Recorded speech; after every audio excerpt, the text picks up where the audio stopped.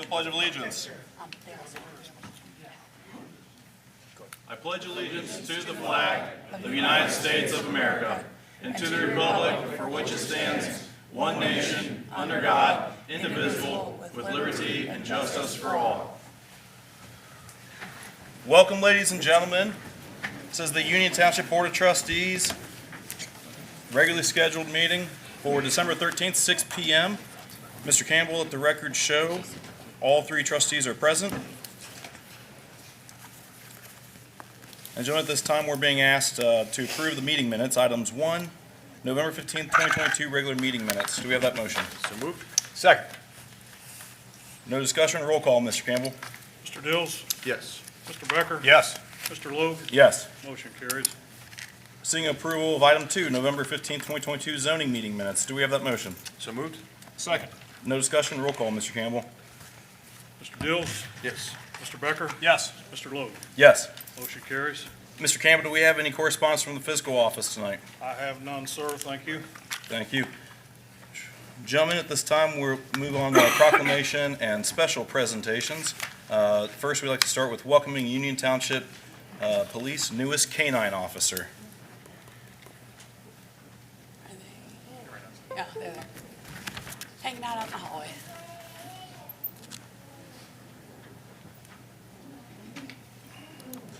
There's a delay for dramatic entry. She already knows how to make an entrance.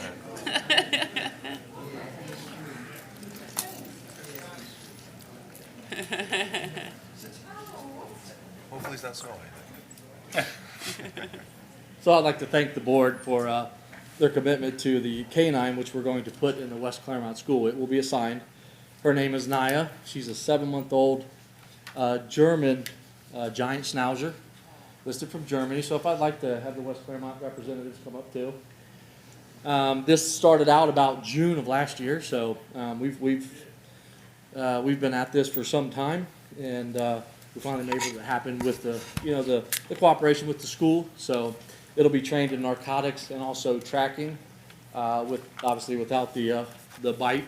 So because of kids and elderly and issues that we have with them, and so it'll be a great addition to Union Township Police Department and a great partnership with the West Clermont Schools. So we'd just like to thank you, and Officer Seekvert will be the handler, but it'll be something that's done that in the state of Ohio that we can't find anybody else that has one assigned to the school. So it'll be reported there.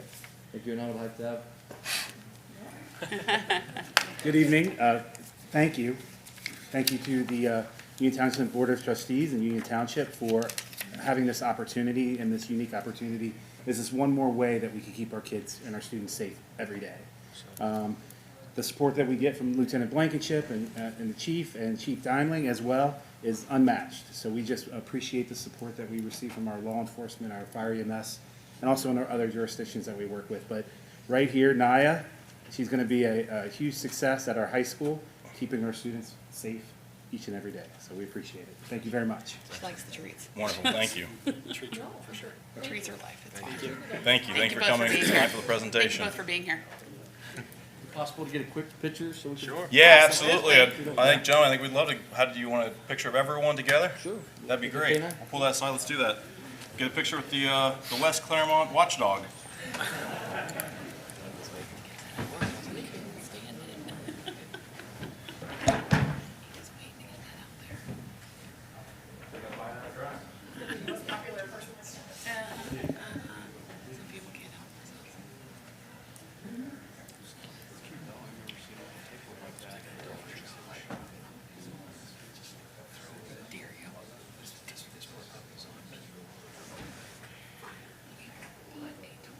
She's still in training.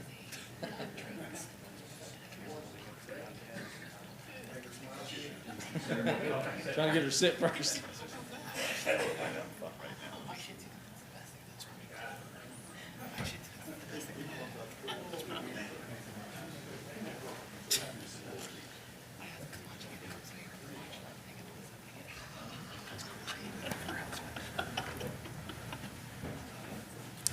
That's hysterical.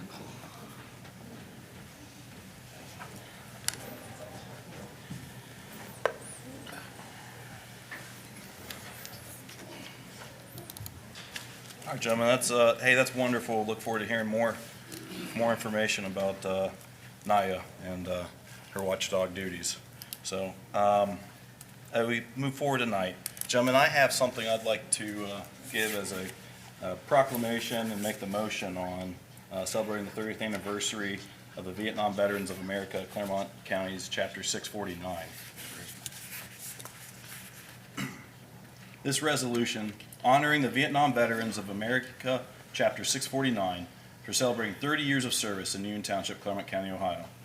Whereas, on September 12, 1992, the Vietnam Veterans of America, Clermont County, Chapter 649, began its charter with this mission statement. The mission of Chapter 649 of the Vietnam Veterans of America is to provide fellowship, advocacy, education about veteran benefits, as well as financial assistance as appropriate to veterans of all eras, pursuant to the founding principle of the Vietnam Veterans of America. Never again will one generation of veterans abandon another, and now celebrates 30 years. And whereas Chapter 649 has grown to be the largest Vietnam Veterans chapter in Ohio, and one of the largest in the nation. Volunteer speakers are invited to monthly meetings to keep members informed of relevant issues or of interest to them. The chapter's active outreach is organized as they support community events to honor veterans of all eras. And whereas, through events and donations, they have provided Christmas assistance to needy Clermont County veterans and their families since 2010.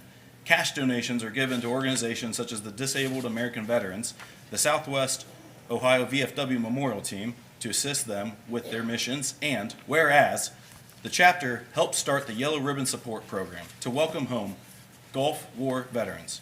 From its conception, the VVA assisted in the planning of the Union Township Veterans Memorial Park and maintains the Huey helicopter, the brick patio, and several other memorials at the park. And whereas, held informational and educational meet and greet events at local schools, businesses, as well as organized celebrations advocating for veterans and their families in support and awareness of the many VA benefits from World War II to Afghanistan, Iraq. The success of these events can be measured by the fact that they are the largest VVA chapter in the state of Ohio with over 250 active members. And whereas, college scholarships are awarded each year to graduates from Clermont County high schools. And whereas, volunteer speakers are invited to monthly meetings to keep members informed of issues relevant of interest to them. The Vietnam Veterans of America organize, promote, and support community events to honor veterans of all eras. The chapter continues to impact the Clermont County veterans community through the dedication of its membership. And now, therefore, be it resolved that the Board of Trustees of Union Township, Clermont County, Ohio, hereby recognize the Vietnam Veterans of America, Chapter 649, for the outstanding achievement of 30 years of service. That's my motion. Do I have a second? Second. Thank you. Open for discussion? I'd love it. Yeah, just a general comment about the military. And I've been to a number of events and spoken military groups. I've never worn the uniform of this country, and but I really admire and respect those who have. And I just want to say thank you very much. Thank you, Trustee Becker. Thanks, Chairman. Yeah, appreciate all the work you guys have done. As an Air Force veteran myself, I truly appreciate all the work you folks do for our community. So just know that it's not going unrecognized, and we love you. We appreciate you very much. So thank you. Absolutely. Yeah, gentlemen, as a combat veteran Marine, one thing I always make a point of anytime I see someone Vietnam era is welcome home. God bless you and thank you. Welcome home. Amen. Gentlemen, we'll take roll call, Mr. Campbell, and then we'll join you down here for a quick picture. Okay, roll call. Mr. Logue? Yes. Mr. Dills? Yes. Mr. Becker? Yes. Motion's carried.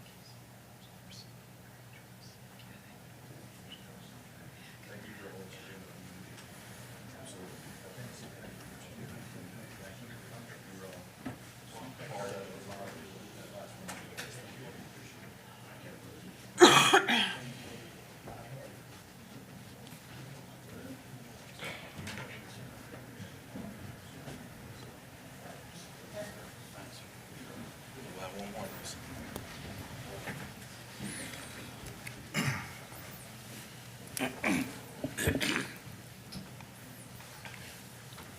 right, gentlemen, continuing on with the agenda. Public comments. Do we have anyone here tonight for public comment? Yes, sir, please.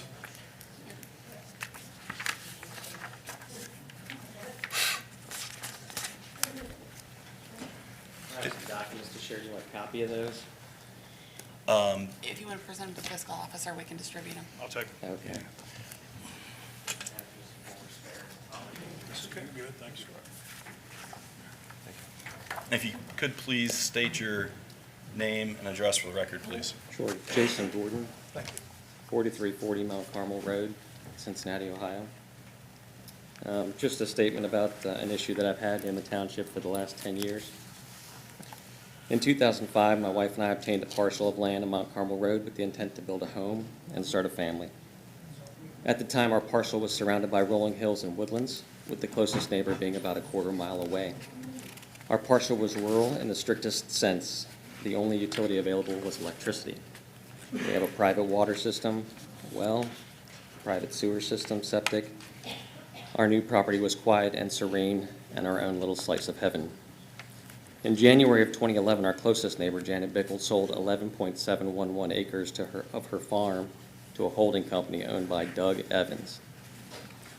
That's when our peace and quiet ended and our legal nightmare began. Almost immediately, Mr. Evans stripped the land of its trees, razed many of the existing farm buildings, and started constructing unpermitted and uninspected large barn-like structures on the property. Several without any setbacks from the property lines.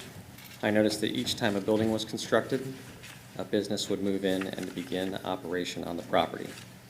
The parcel of this property was and is still zoned estate residential. The zoning designation is for homes with 2-acre or larger lots. Under the Union Township zoning resolution, no businesses should be operating on a lot zoned estate residential. Within the first year of Mr. Evans owning the property, I started calling Union Township to have the zoning resolution enforced.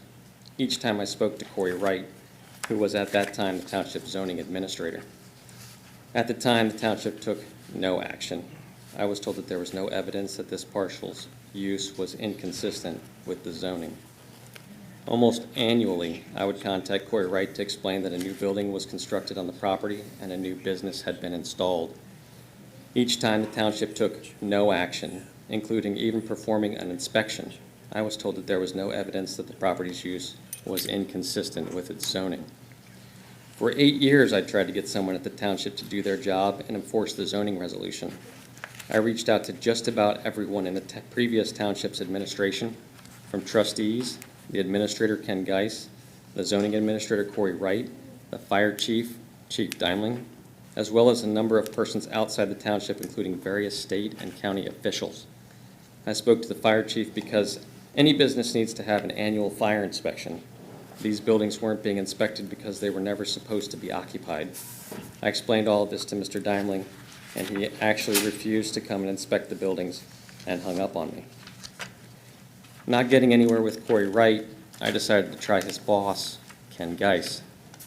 After listening to my issues with the parcel and explaining that the township was taking no action, he, Mr. Geis, told me that I had 2 options.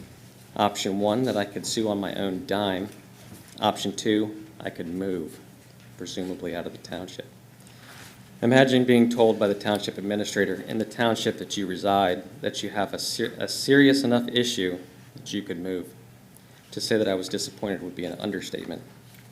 It wasn't until several years later, when Mr. Evans was convicted of felony fraud in the U.S. federal courts for wire fraud and minority contracting fraud, that I realized that Mr. Evans was longtime friends with Mr. Geis.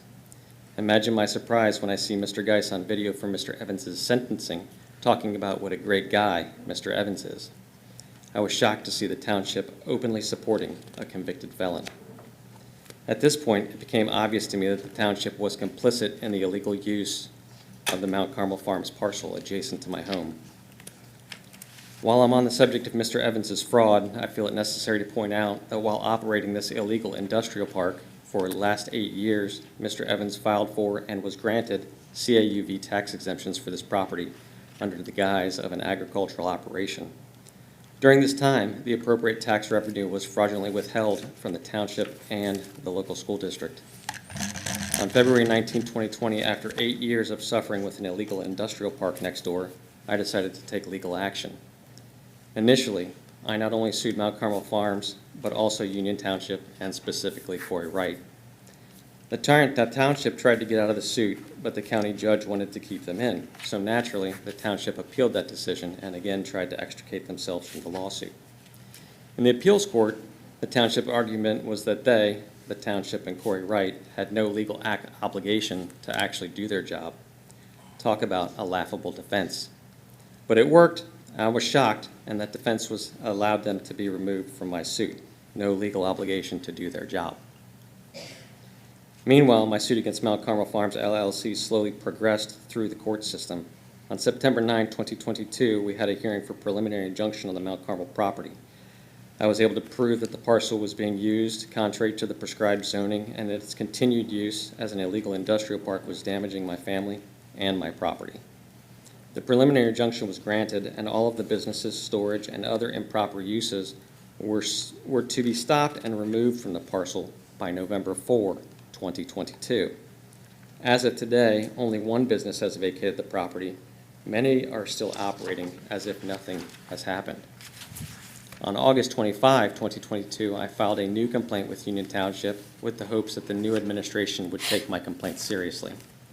This time, after 10 years of dealing with this issue, the township actually came out to investigate the property. Unsurprising, the township zoning inspector, Scott Berkey, found multiple violations of the township zoning resolution and sent a, quote, 15-day letter to Mount Carmel Farms. This letter, which I have previously mailed to each of you, ordered Mr. Evans to correct the issues outlined in the 15-day letter by October 27, 2022. It was my understanding that once Mr. Evans was found to continue to be in violation of the Union Township zoning resolution after October 27, 2022, that a 30-day letter would be sent.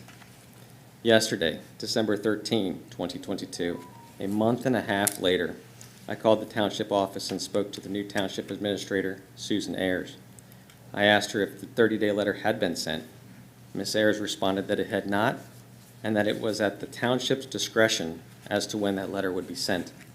I then asked her, being the township administrator, when she was planning on sending the letter, and she responded again, at the township's discretion. Clearly, the property does not conform to the Union Township zoning resolution. The previous administration was complicit in the construction and provided cover for the industrial park, allowing it to operate illegally for going on 11 years now. There isn't even a residence on this estate residential zone property. Isn't it well past time to send the 30-day letter? The township has an obligation to protect its residents and their properties.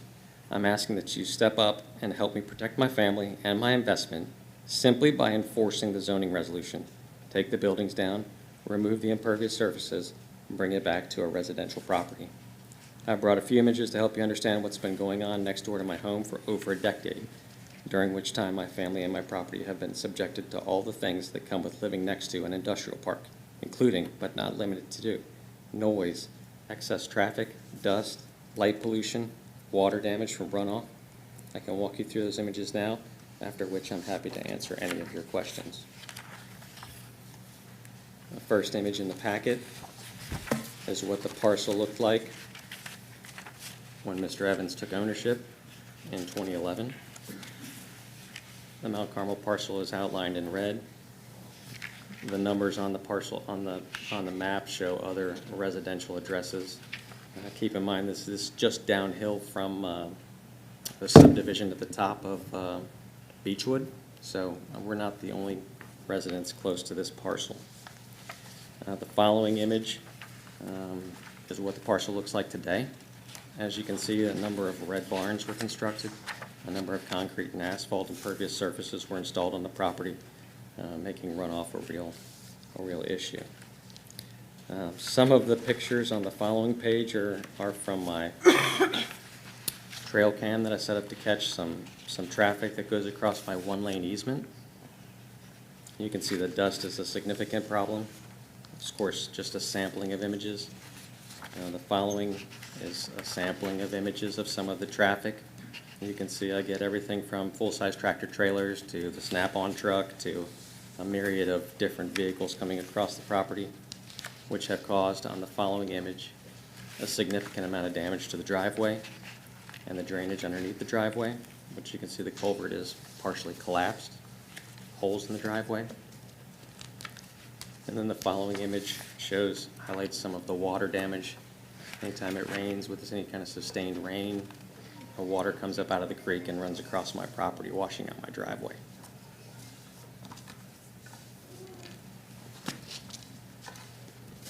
Happy to answer any questions that you have. Mr. Gordon, I just want to say thank you for the tour that you gave me of your property down there and showing me firsthand what all you're talking about. My heart goes out to you, and I'm sorry you've had to go through and endure all these years. This seems like this could have been handled much better some time ago. I agree. Thank you for making an effort to come out and look at it. I agree with John. See the images, you did a lot of homework, a lot of research. It's very impressive, and unfortunately you had to do it. But I agree, and I'm sorry you had to endure this, but I'm glad we sent Scott out there. That was good. And kind of curious, though, what is the update on the letter? We have been having conversations with Mr. Gordon's attorney, with Mr. Evans and his attorney, Yeah. trying to work through the matter with Mr. Conover. And so there has been some movement on that, but we need to wait until the legal process gets to a point where we feel like we can send it to move that forward. We've had conversations, it's not sent the follow-up letter. So the matter is trying to resolve the matter with the attorneys because there is a pending legal case as well. Just a question for you. So assuming these are accurate. Yes. It's assuming. I mean, they're damaging his property.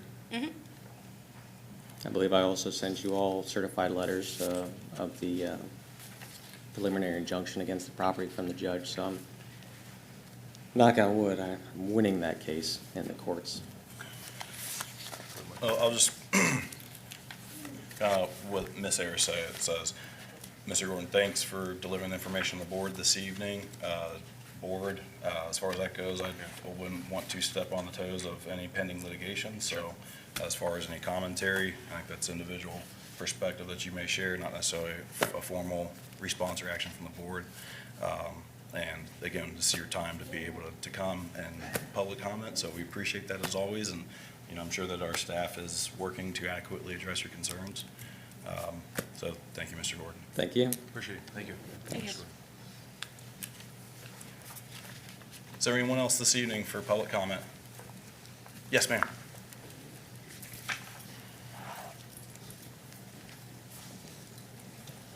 Hi, my name's Brenda Vega. I live at 54 Apple Lane, Union Township. I've been the Swan Lady for 5 years, I think going on 6 for y'all. I actually had a swan in 2016. That was my first successful raising. Now, I'm in a position here tonight that I am retraining my swans, okay, our swans. We've got 2 pair on 3 ponds, and I have to be one-on-one with these animals, okay? They have been so many residents and people just running amok, feeding them whatever, at whatever time of day. It's nullified my training abilities. It's making it extremely difficult. I have to be out there, rain, sleet, snow, shine, whatever, regardless. I have all the equipment to do that, and I have the equipment to retrain them. I use a touch, target, then reward method like they do in the zoos. It's the simplest thing, as to verbal and physical cues as far as getting them to where they know that I'm the boss of them. They are to respond to me, and that is a safe thing. Now, the residents today, at TQL, when I came by there was one lady, I'm not going to say the name, out there who just dumping stuff, and all of the ducks were clamoring, and the swans, of course, that puts them behind. The ducks are not first and foremost, the swans are. Okay, we place them there to keep the geese off the ponds. They are dominant, and they keep the geese at bay. Now, I also would like to say that please do not put any more fancy ducks in the pond. All of our mandarins are gone.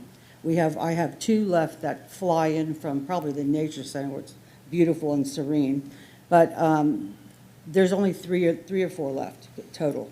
And then we started out with 16 new additions last year. That's really hard when there's a pecking order in all things, with humans, animals, whatever, there's a pecking order.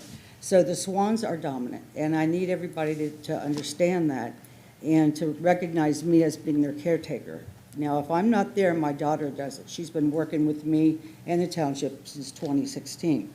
Okay, now, as far as the construction going on at TQL, I spoke to Brent and Lindsley, they're site managers up there, and I talked to them yesterday, and they want to give me a safety vest and a hard hat, because they gave me basically permission to be on the construction zone, as long as, I've worked construction in the past, I know how to do all that stuff, but just as far as being safe and staying to one area or the other when they're constructing a new building to extend TQL down to the other, so it looks unified on both ends. But they're really nice people, and so we talked about that, and they said they were going to talk to Matt, because there's another resident who claims that they are allowed to be there. I'm the only authorized volunteer in this township, other than my daughter.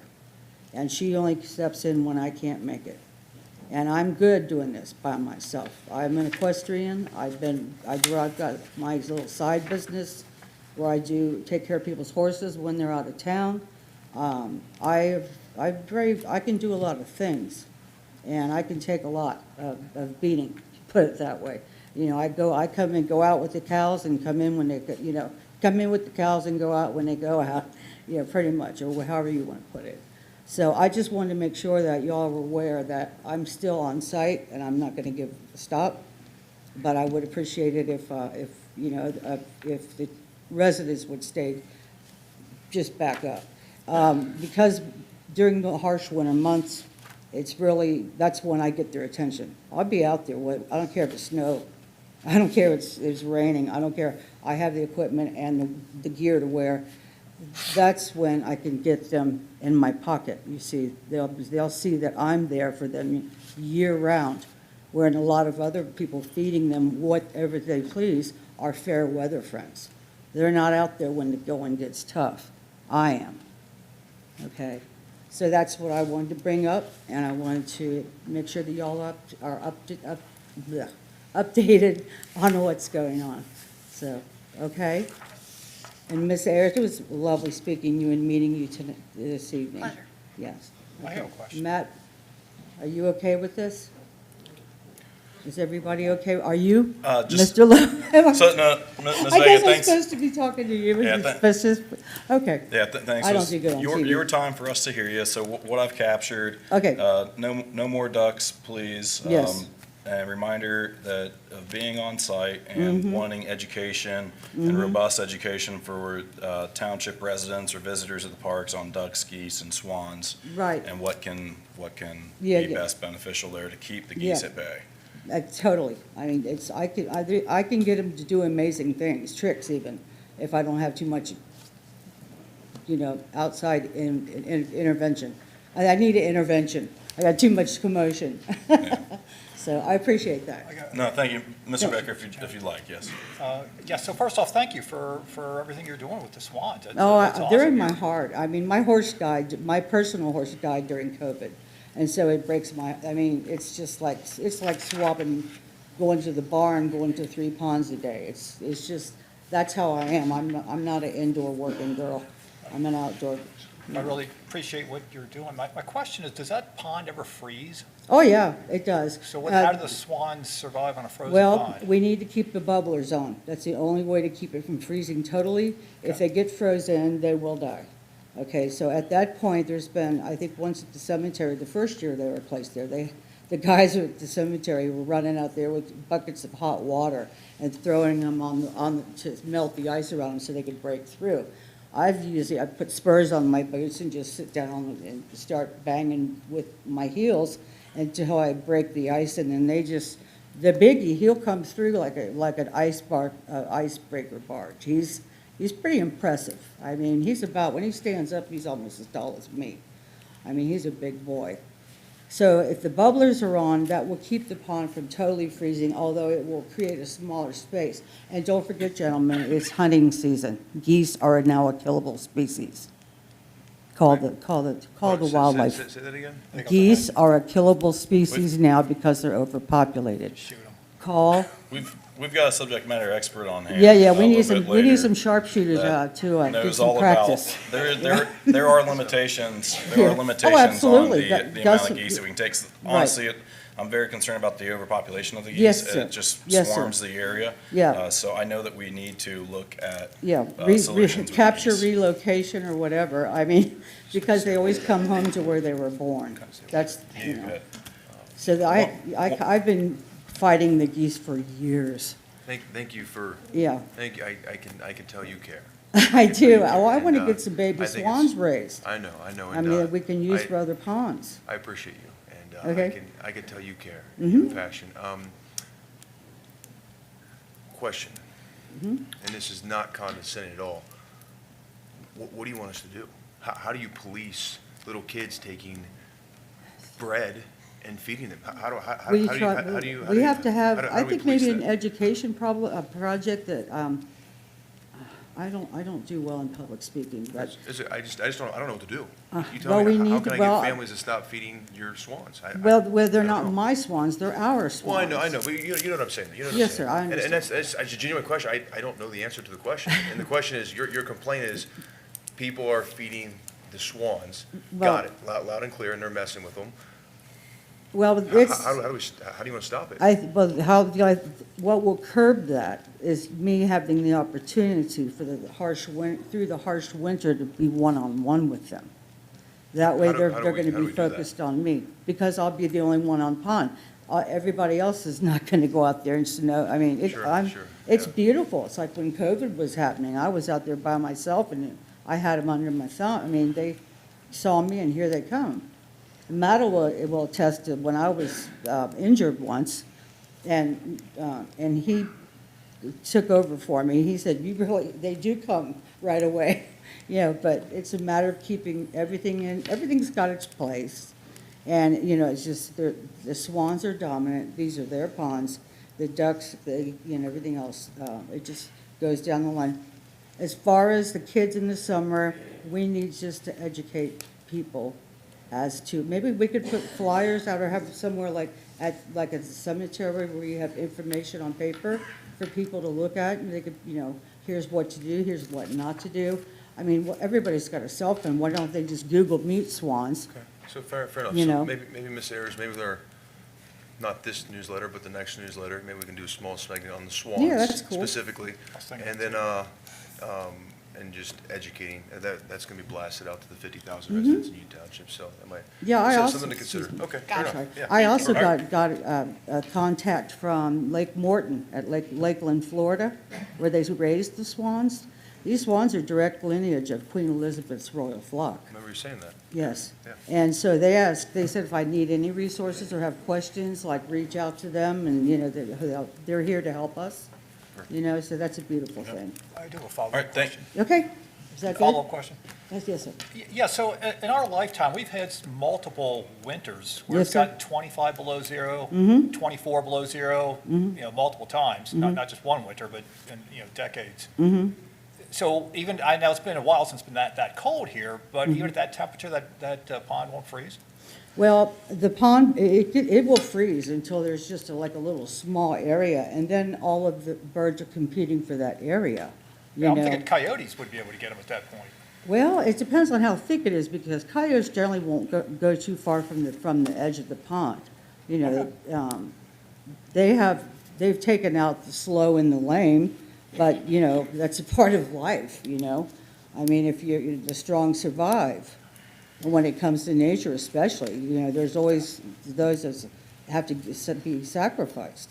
I can't do anything about that, but I've already had 2 killed by people. All right, I've got the pictures on my phone. I don't want to see that again. It broke my heart, and it's in my head. And nobody wants to see, you know, a beautiful swan that costs the township a generous amount of money to be hit, you know, lured with white bread and then hit in the neck and break their neck and they drowned in their own bed.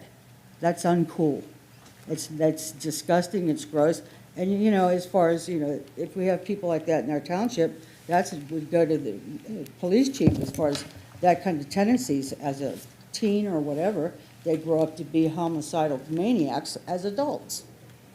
So it's something to watch, you know, human behavior and all that. But as far as the ponds freezing, and I'm sorry I'm off topic, we have to keep them bubbling. You don't have to have the waterfalls and all that, just bubblers, like you do in a fish tank, you know. And they might get clogged.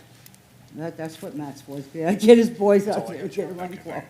Sorry, Matt. Ms. Vega, thank you so much for Okay, I your didn't mean comments. to, I didn't mean to go that far. No, appreciate it. Thank you. All right, thank you all. At this time, is there anyone else with public comments this evening? All right, seeing none, gentlemen, we'll continue on with tonight's agenda. Personnel actions. Gentlemen, first, I just want to start off and reference Larry Barbier. It's unfortunate he could not be here this evening for our invitation to thank him personally for his 20 years of service as a township employee and just share good luck in retirement. And also his 20-year award and recognition will be mailed to him. Ms. Ayers has that ready to go out. So, thanks, Mike. We are being asked to confirm the conversion of employee Matthew Rose from mechanic full-time in the fire department to part-time mechanic in the fire department at a rate of $35 effective January 1st, 23. This is at his request. Mr. Donnelly, Chief Donnelly, I don't know if you want to give a statement or not, but that's the action we're being asked. That is correct. That's per his request. He has been a tremendous asset to the fire department.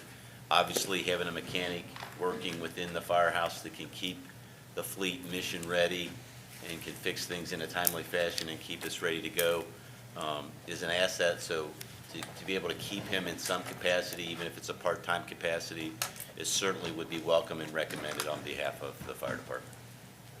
All right, thank you, Chief. Yeah, absolutely, it's great to be able to bring mechanic on with that. So at this time, do we have a motion to confirm the conversion of Matthew Rose? So moved? Second. No further discussion? Roll call, Mr. Campbell. Mr. Dills? Yes. Mr. Becker? Yes. Mr. Logue? Yes. Motion carries. All right, thank you. And this is, I kind of want to say this is historic. Mr. Taylor, would you like to give an introduction here?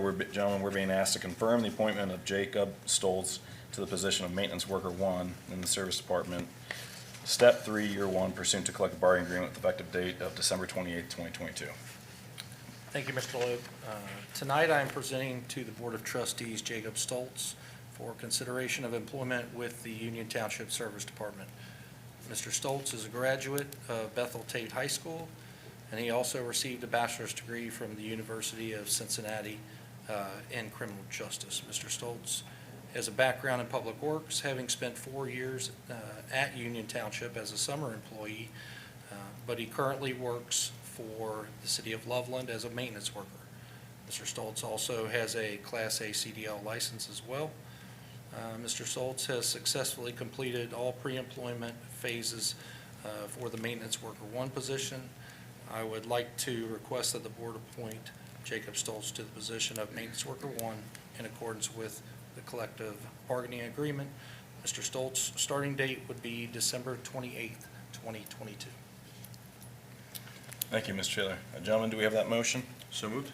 Second. Discussion, gentlemen. I know I do have a comment for Mr. Taylor. You want to go ahead? Yeah. Jacob, you, good man. I remember meeting you a few months ago, right? Well, I think it's like 6 months ago. Yeah. And firm handshake, good man, good guy, and then you called me up and had a good conversation. You're very persistent, and appreciate you being here. And it's an honor to have you here. You're going to do great work for us, I know it. And, you know, I look very highly up to Matt, and if he recommends you, that's all I need to hear. So, yeah, be a good addition to the team. Thank you. So, absolutely. First, Mr. Taylor, when's the last time you had a full-time position hire? December 2017. Okay, all right. Well, not as long, but, Yeah. okay. 5 years. It was Not a bad. little before then. Not bad. Your team does a lot. Get ready to work. You look like you are ready to work, so I think you maybe Don't already make took a down man. some of those trees back there. I saw those driving in, looked like maybe with your hand. So, no, that's great. Our police, I see you're probably already eyeing you, criminal justice. Chief. And basketball competitions get pretty strong Yeah, around hey, here, hey, so. how tall are you? 6'2" and change. Would you want to play for the fire department? They might need you. I'm thinking that we're gonna need to get some more sporting going on in here, so service department's really coming hard for the paint there, so, yeah, so. Mr. Becker, any words, or, Guys, welcome aboard. Thank you. all right, thank you. Mr. Campbell, roll call. Mr. Dills? Yes. Mr. Becker? Yes. Mr. Logue? Yes. Motion carries. Congratulations.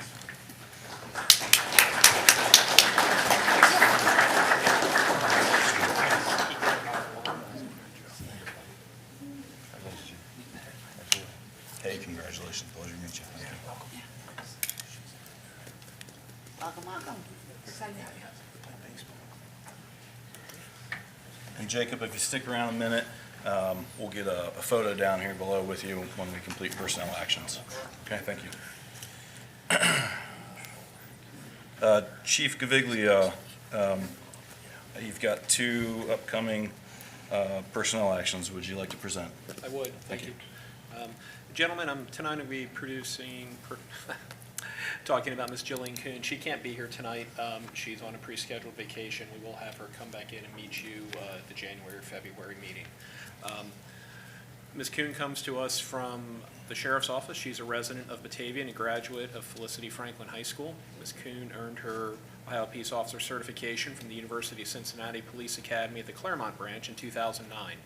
As I mentioned, she's coming from the Clermont County Sheriff's Department, where she served as both a corrections officer in the jail and as a road patrol deputy since 2005. Ms. Kuhn has successfully completed all pre-employment phases for the position of police officer, including background and polygraph examinations. I'm requesting the board appoint Jill Kuhn to position of police officer step 2, 24 months, in accordance with the collective bargaining agreement and pending successful completion of the physical examination and psychological evaluation. Ms. Kuhn's tentative start date is January 17th, 2023. Thank you, gentlemen. Thank you, Chief. Gentlemen, do we have that motion to confirm the appointment of Jillian Kuhn to the position of patrol officer? So moved? Second. No further discussion. Roll call, Mr. Campbell. Mr. Dills? Yes. Mr. Becker? Yes. Mr. Logue? Yes. Motion carries. All right, gentlemen, now we're being asked to confirm the promotion of Detective Sergeant Josh Hines to lieutenant in accordance with the Union Township Employee Manual with effective date of December 14th, 2022. Chief Gaviglia, if you would like to please introduce. Thank you, sir. Intercept, that works.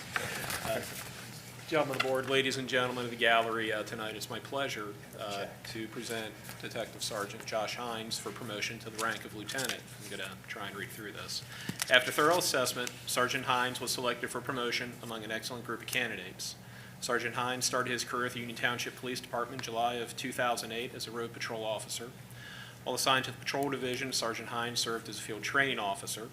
In October 2015, Sergeant Hines was assigned to the investigative unit and was later promoted to detective sergeant in November of 2021.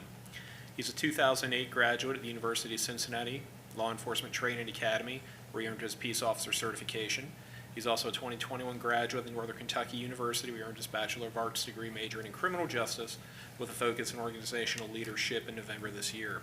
Sergeant Hines also just graduated the University of Louisville's SPI, Southern Police Institute Administrative Officers course. Sergeant Hines has served over 14 years in Union Township Police Department. And since joining the police department, he's demonstrated consistent top performance, has a high level of commitment to serving the citizens of Union Township. Working in Union Township is complicated. Union Township's a big, busy place, and we're fortunate to have just enough police officers to get the job done. In order to rise up through the ranks, all our people do phenomenal jobs. But in order to rise up through the ranks, specifically to this level, you have to demonstrate consistent performance, consistent ability to operate under pressure, and work for demanding people such as myself, because the job we do is serious. and it requires an enormous amount of personal integrity and fortitude to get up and do this job. Gentlemen, it's my pleasure to present Detective Sergeant Josh Hines for your consideration for promotion to lieutenant. Thank you, Chief. Gentlemen, do we have that motion? So moved? Second. I'll open it for discussion. Well, the first thing is Josh is thinking about it, and if the police did not win this past basketball game, I might be thinking differently. Because we only promote winners around here, so. Look at Chief. No, in all seriousness, you have always answered my phone call. You've always been a professional. You're a great guy. You're a great asset to the team. And my goodness, I hope you are a lifer here at Union Township. So I mean that from the bottom of my heart, Josh. So absolutely. Yes, sir. How many years with the township again? Over 14. 14, great. Just, hey, thank you for your service and Thank you. congrats on your promotion. Lieutenant Hines, hey, congratulations. You have always demonstrated credibility and just good, solid judgment, as well as your dedication and commitment to Union Township. I know times I've talked to you that you were out with the family or vacation or getting ready to leave for vacation and something happened, and as a detective you had to respond, and that's you and your family. So I see your family here with you tonight, and I thank them from the bottom of my heart for what they do to support you so you can support and keep all of us safe. As well with that, I know SPI, that's a long time away from the family, and you just went through that, and I know I see your little boy back there. With a little, how many months now is he? 14. 14. Coming up on 14. Yeah, 14 months. So, and you just spent, what was it, 3 months away? 3 months. 3 months away. So, dedication and commitment to the township, and the whole family serves and does that. And you represent, the best of why we love all of our first responders here in Union Township. So, God bless you. Thank you. You're going to do excellent as Lieutenant Hines, and we look forward to that and having you around for many years. Thanks, sir. Thank you. No further discussion. Gentlemen, Mr. Campbell, roll call, please. Mr. Dills? Yes. Mr. Becker? Yes. Mr. Loeb? Yes. Motion carries. Congratulations, Josh. Thank you.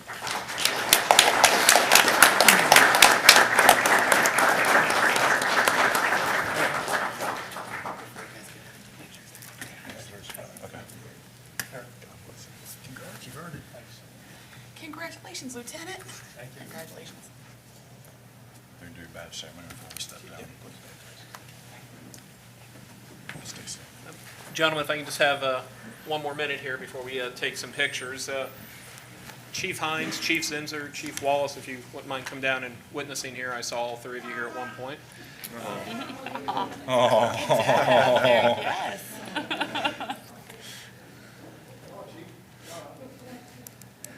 For those of you who don't know, this is Josh's wife, Alexis, and I know firsthand the agony I've put my wife through over the years, and it takes a strong family to make this position work.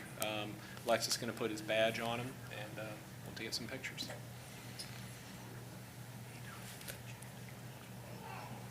For those of you who don't know, Chief Zinser was kind enough to come tonight. He's one that hired Officer Hines in 2008.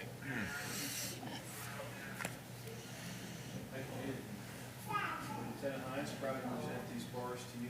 Congratulations.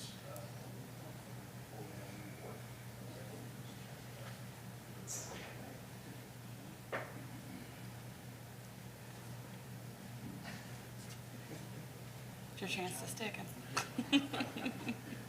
As part of the motion, Lieutenant Josh Hines, on behalf of the Board of Trustees and Chief Viglia, to permit you, we assign you the certificate of promotion to Lieutenant, and congratulations.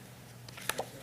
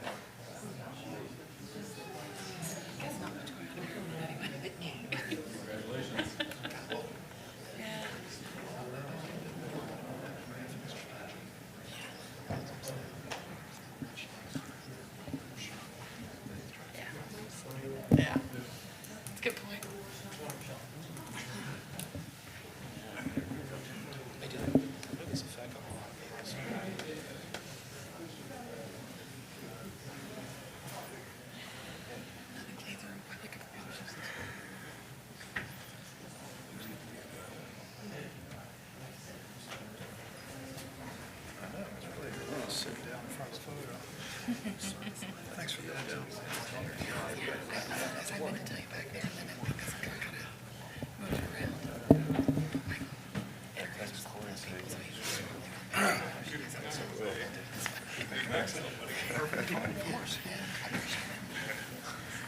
Yeah, that I meant to tell you because I wanted to make sure you knew.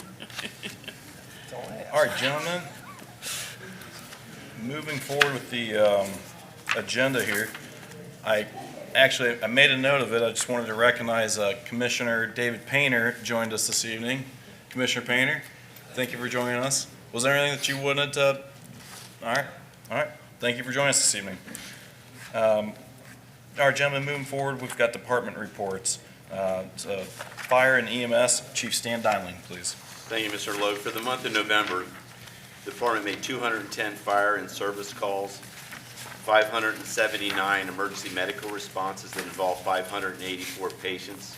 We transported 417 of them to local hospitals. The department completed 1,212 hours of training.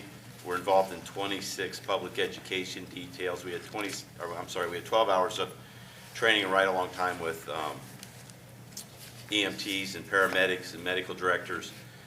We completed 15 fire safety inspections, and we were involved in 3 inspections with the Clermont County Building Department. And that concludes my report. Thank you, Chief. Gentlemen, any comments for Chief Dowling? No, Chief, thank you very much. Appreciate you, sir. Mr. Becker? No, I'm good. Hey, Chief, thanks for, I saw you guys dropped off Santa at Post 72, so thank you. You know, that's one of those details you can't mess up, you know? It's like, you mess up Santa Claus, you're doomed for a year.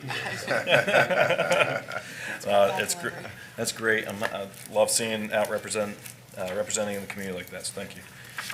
Chief Scott Caviglia, Police Department.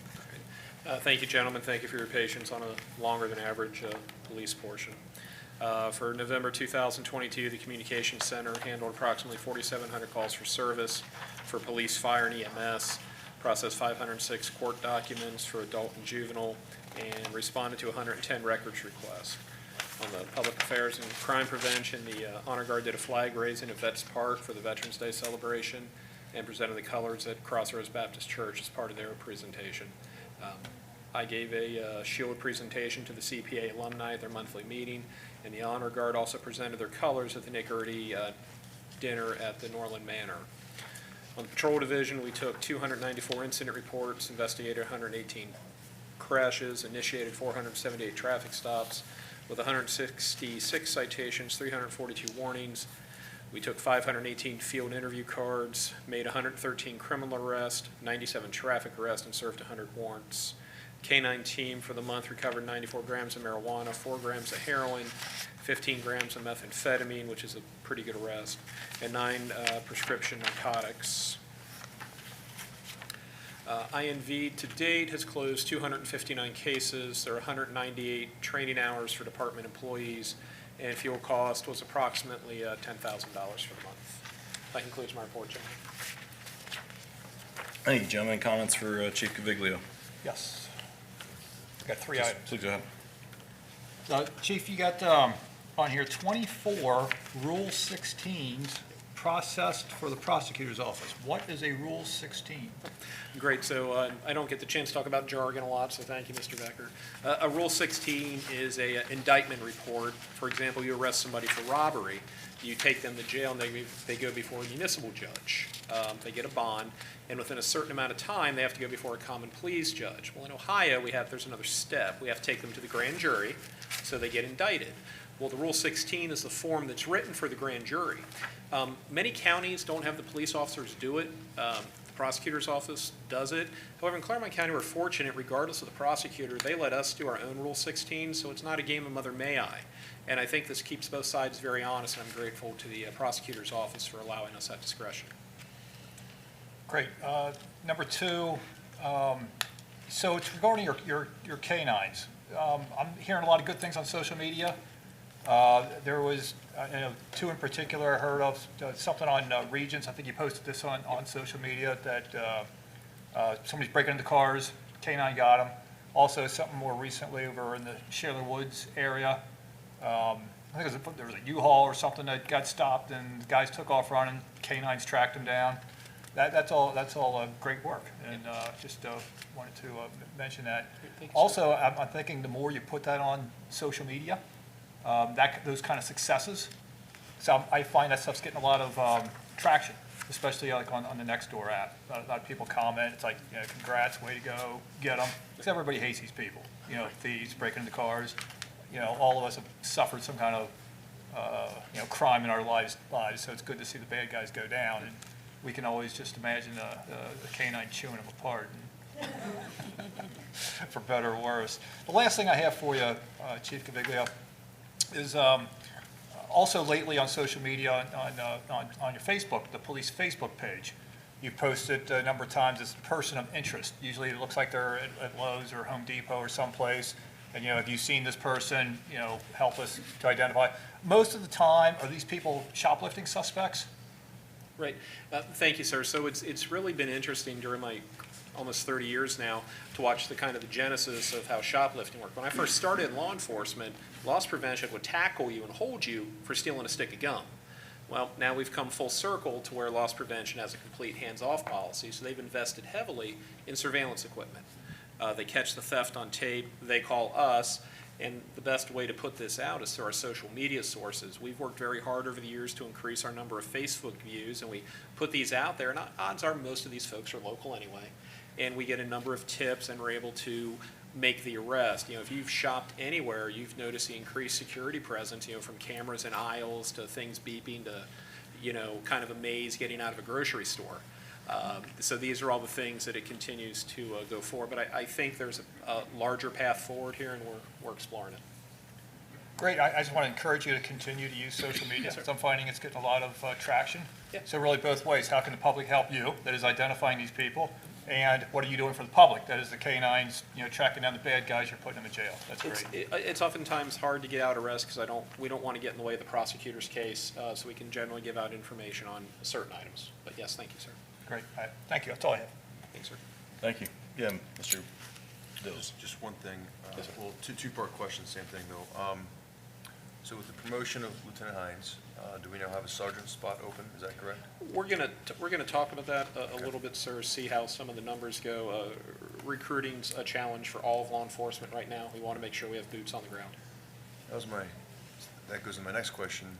I know your answer would probably be 20, but what number would you like to hire in as well? Because I noticed that we're still hiring for police officers. We need some, and we have some that we got to plan for the future, because some are retiring out in the next 5 years.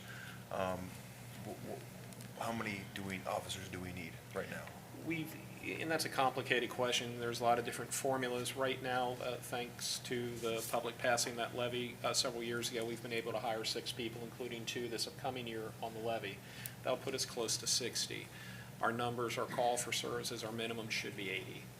If you look around at jurisdictions our size, our calls for service, our socioeconomics, we're doing far more with less. We're doing a great job of it, and I'm thankful to the board for all that we have. But policing is only going to get more complicated. And we've doubled our recruiting efforts, and frankly, we have the advantage of being one of the higher paid agencies in the region, and it's still very tough for us to recruit right now. So we're on it. It's going to be an uphill battle for a while. And then just please pass along this to the call center. 4,700 calls, 4,718. I did the math, divided by 30, it's 157, say 158 calls per day. They That's do a an lot. incredible job, sir. I That's a couldn't lot. be more That's a proud lot. of the work And they so do. we always give credit to our police and fire. We love them. We love our police and fire, but sometimes we drop the ball there with not just giving praise, and people want to hear public praise. So, please pass along to our dispatch call center workers that that's 160 calls in a day. It's busy in And there. It's not for everybody. We're lucky to have those folks. Let them know we love them and appreciate it, please. I will. Thank you, sir. Thank you, sir. Appreciate it. That's all I got. Thanks. Board members, just as Chief's talking about, the public had supported the levy 2 years ago. Through that, communicating with the public, one of the things I climbed into is just what our numbers were, kind of goes into where you're at. And we're one of the busier townships and jurisdictions when our police are doing, on average, about 14 calls per shift. And you can look at some other comparable size but then their budget's twice as large, and they're at 7 runs per shift. So it really comes down, Chief saying it's a complicated answer. It is a complicated answer. It's, it's where's the policing, where's the action, where people want to be, and it's kind of, the form, fit, and function for any job that you try to pursue and go after, and what's the right balance that we need to strike for retaining and recruiting. So I think that's where that lies right now, more of a strategic conversation at a later point. My other point, I'll just point this out to you, everyone here, gentlemen, both of you, and Chief, just thanks again. I always tell the Honor Guard, thanks for what they do when they present, when they go out there in the community. I just have to reference, they did the colors, the Nick Erdy dinner, Norland Manor. Nick Erdy, I bring that up, Marine that I served with, not only served with, I was on the vehicle with him on May 11th, 2005, and we came to a strategic pause, and we kicked snipers off of my vehicle. I got off of Nick Erdy's vehicle and back onto my original vehicle, one vehicle back, and once we were done with that strategic pause, we started rolling. As soon as we started rolling, 30 seconds later, that vehicle hit an IED along the Syrian border, and 6 of our Marines were killed, including Nick Erdy. So that hits at home to be, to be able to know that we support events and functions like that. The Honor Guard does such an excellent and wonderful job, and you touch many people's lives throughout the community in that way. And sometimes, it comes full circle right back to someone that's involved with making sure that we continue to move, that community presence forward. So just thank you, Chief, and thank you, Board, for that type of support. All right, gentlemen, we'll move forward with our Service Department, Mr. Matthew Taylor. Thank you, Mr. Logue. In the Cemetery Division, from November 1st through the 30th, 18 burials were performed, generating $9,050. 10 resident graves were purchased, generating $5,500. 1 non-resident grave was purchased for $1,500, and 8 columbarium niches were purchased, generating $8,000. The total amount generated for the period was $25,373.40. In Roads Division, a total of 35 work orders were completed on 32 township roads, and staff repaired 7 catch basins and installed 149 feet of pipe on 9 township roads. In the Parks Division, the Christmas lights were installed at the Civic Center and the Police Department, and staff is currently performing winter landscape bed maintenance on all the township properties. Just 2 additional comments. The first one is tomorrow night is the Parks and Recreation Committee meeting at 6 o'clock in the Riverview Room here. And lastly, last Friday, I attended the TID meeting. Just wanted to give the board a quick update. I know Trustee Becker, you were there as well, but Phase 2 of the Old 74 project is set to start here soon. That will go from Dogwood Drive to Schoolhouse Road. And if you've been on Old 74, you've seen from Teal Town down to Schoolhouse, that will mirror that from Schoolhouse down to Dogwood. The only difference there will be a light at the end of the exit ramp that comes over 32. It's a $5.7 million project. John R. Jurgensen has been awarded the project, and it's probably a year and a half project. So that will be the next thing. And eventually, as they move further down, they will close off the intersection at Old 74 and 32. The southbound side of that, they've already closed off. The northbound side will be the next phase, but that'll be a little bit longer. Also, the overpass, the big one is going to be over Glen Estee Withamsville. They had to ask for some additional funding due to inflation, probably in the neighborhood of $8 million. So they are they are right now in the process of acquiring right-of-way. The project will be let out in the fall of 2023 with the starting date and sometime around spring of 2024. So, and that concludes my report. Thank you, Mr. Taylor. Joe, any questions for Mr. Taylor? Yes. Please. Mr. Taylor, hey, thank you for that update. That's great. Also, I just wanted to comment when driving up here to the Civic Center tonight, I thought admiring the lights was beautiful. You and your people do good work. Thank you. Yes, thank you. That's it. Matt, you said spring of 2024 is when they'll start that overpass? That's the anticipated start date for the overpass of Glen S.E. Withensville. They were off by $8 million for inflation. And due to inflation, that's what they said. Is that also for the next 2 years? Because if they're not gonna start the project for another 2 more years. That was, they went back to, I believe it was in it, and correct me if I'm wrong, but I think it was OKI for additional funding, or track funding. Okay. Okay, I know this is an ODOT project, but do you have any idea, this might be a Ms. Ayers' question, what about the businesses, are they gonna, you know, the AutoZone right there, and the bank that's right there, I mean, are they going to be? I don't know the answer to that. I don't know, Ms. Ayers, if you do, but I know Not they're yet. acquiring right-of-way right now. Yeah. They are, it is my understanding that they are making contact with each of those businesses, working through them with ODOT and the TID to help maintain if people need driveways certain places, making sure they're working with the businesses as much as possible. But we will reach out and Okay. get some confirmed answers, but my understanding is they're reaching out to each of those businesses. Okay, fair enough. No snow yet, so. Yes. Been Thank been goodness. good on your guys. So that's Yeah. good, that's good, so. There's the first chance, well, they talked about on Saturday, but I think they're down. This Saturday?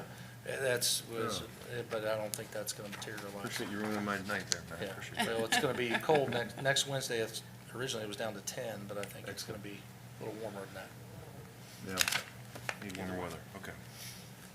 All right. Mr. Hey, Chairman, if I may interject. Please. Once again.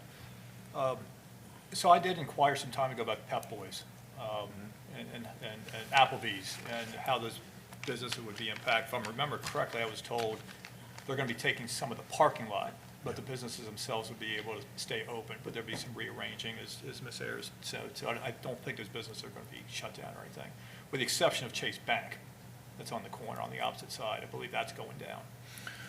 Okay, so for the, And, I'm sorry, go ahead, okay. and to that point, I did reach out to ODOT previously. They said they were gonna work on putting visuals together, so I think once those, if those are either out there yet, or once those come, that'll be helpful for everybody. And I Ms. suppose, Ayers? maybe I didn't speak clearly enough. I think there's two concerns here. One is, are the businesses going to be able to stay located there? And also the concern about access during construction. So my understanding is that, is what Mr. Becker indicated, that with the exception of Chase, I think everyone's going to be able to maintain enough of their lots to stay in business and moving.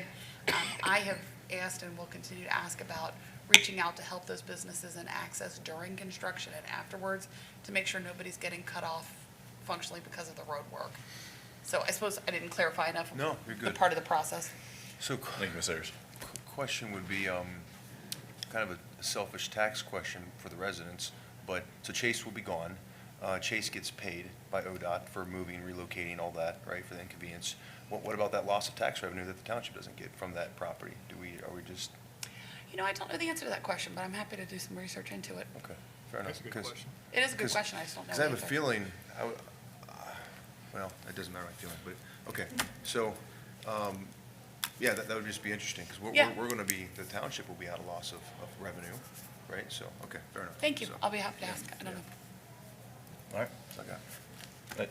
Thank you, Mr. Taylor, and yes, the Christmas lights look beautiful, and, you know, maybe we'll fit it on event schedule somewhere in the future that we get to do some type of community Christmas tree lighting, so hope you've got a Santa suit or something ready. He does? You going? Better be a big suit. All right, gentlemen, moving forward with our planning and zoning, Mr. Mark McCormick, Director of Development. Thank you. For the month of November, for inspection activities, we had 42 inspections, 8 complaints, 3 of which were unfounded, 4 warning citations, 2 15-day non-compliance letters, 9 cases resolved, 149 illegal signs removed, 9 miscellaneous issues, 9 monthly violations for the total, and 11 reinspection of violations. For permit activities, we had 2 commercial permits, 3 changes of use, 6 signs,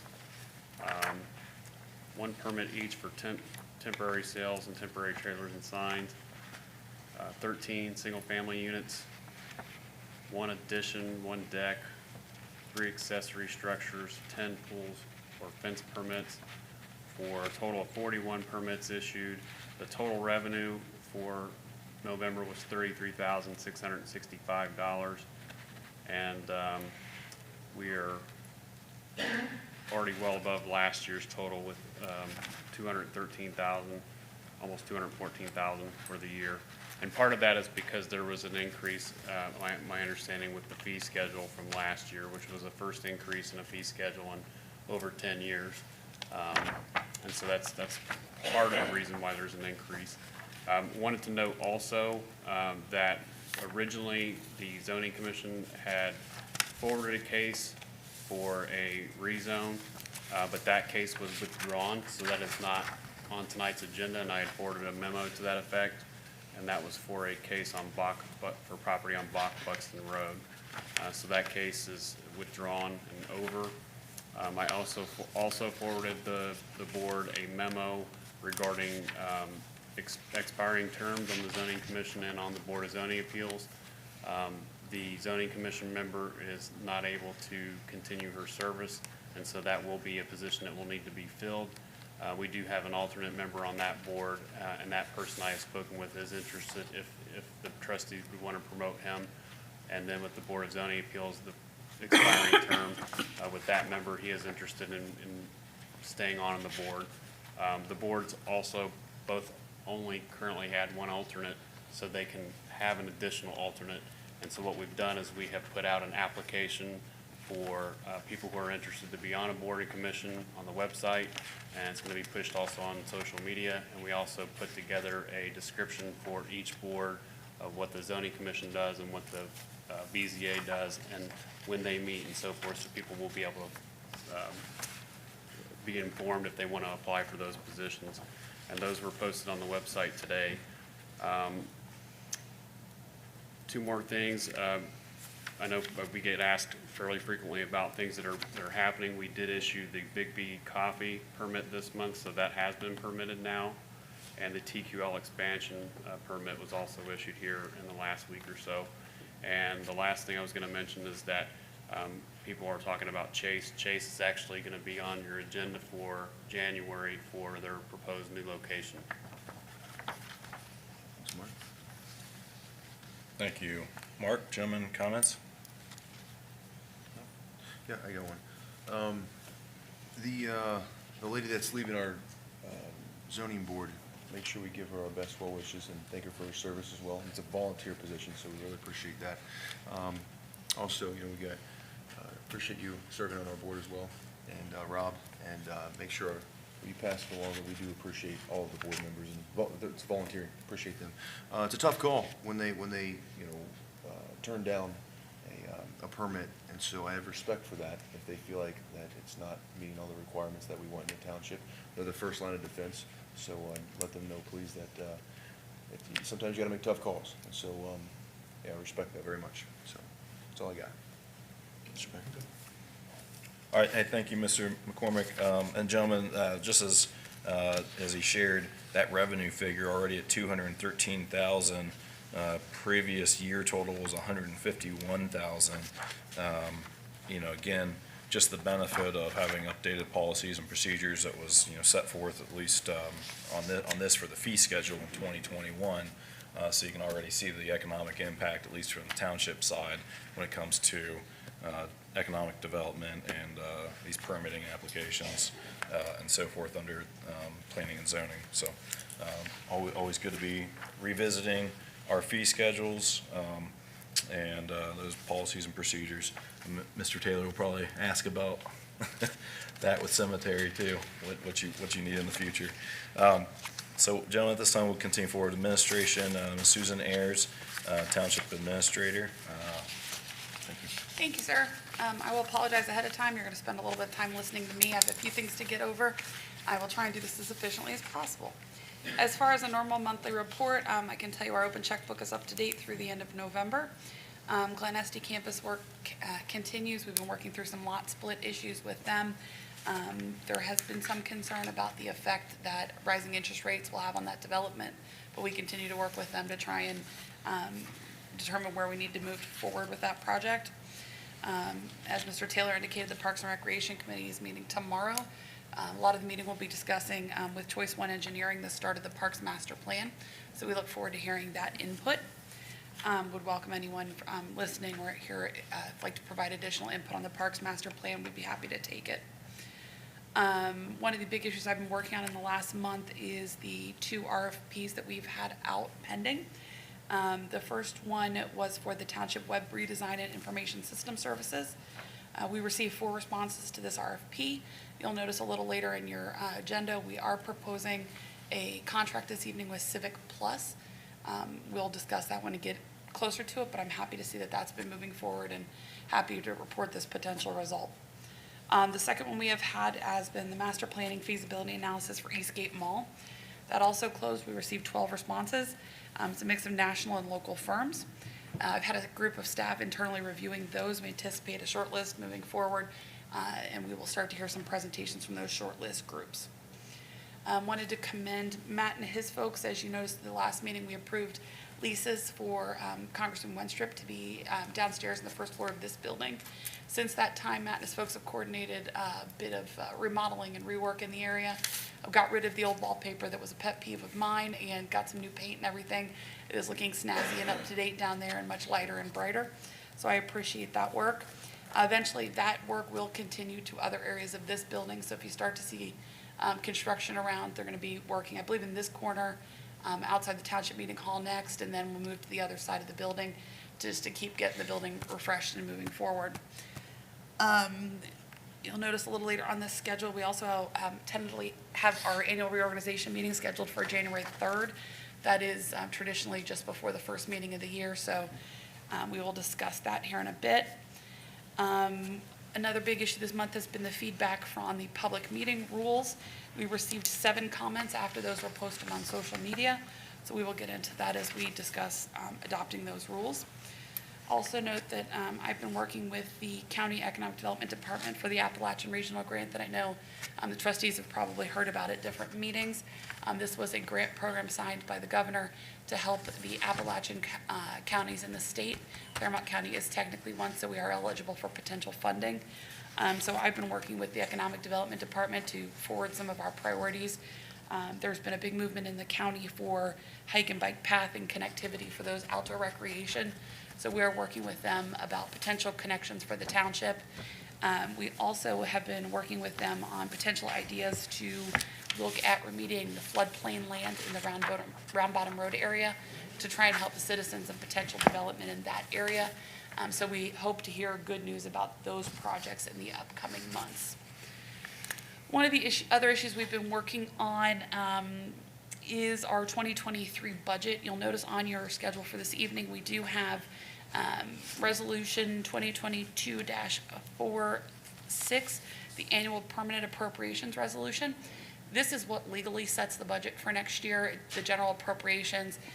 It is a very generic, broad swath that says, hey, in these particular funds, this is what we anticipate our spending to be. What I have also been working on, which is slightly different than your appropriations, is an annual operating budget.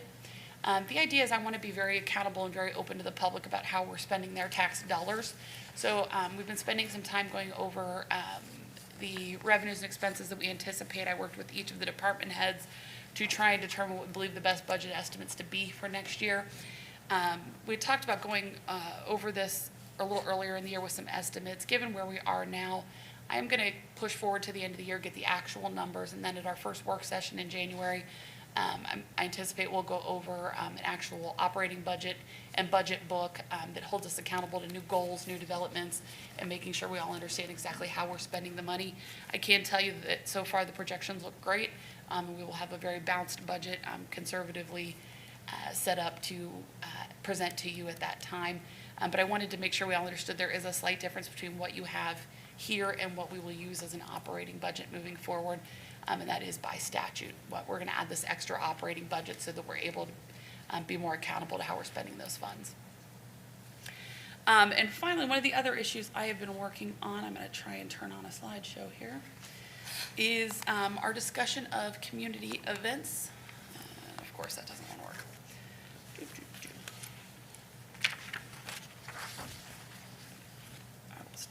One moment. Yeah, no problem, take the time you need there. It's quite nothing like doing public IT or Yeah. public math.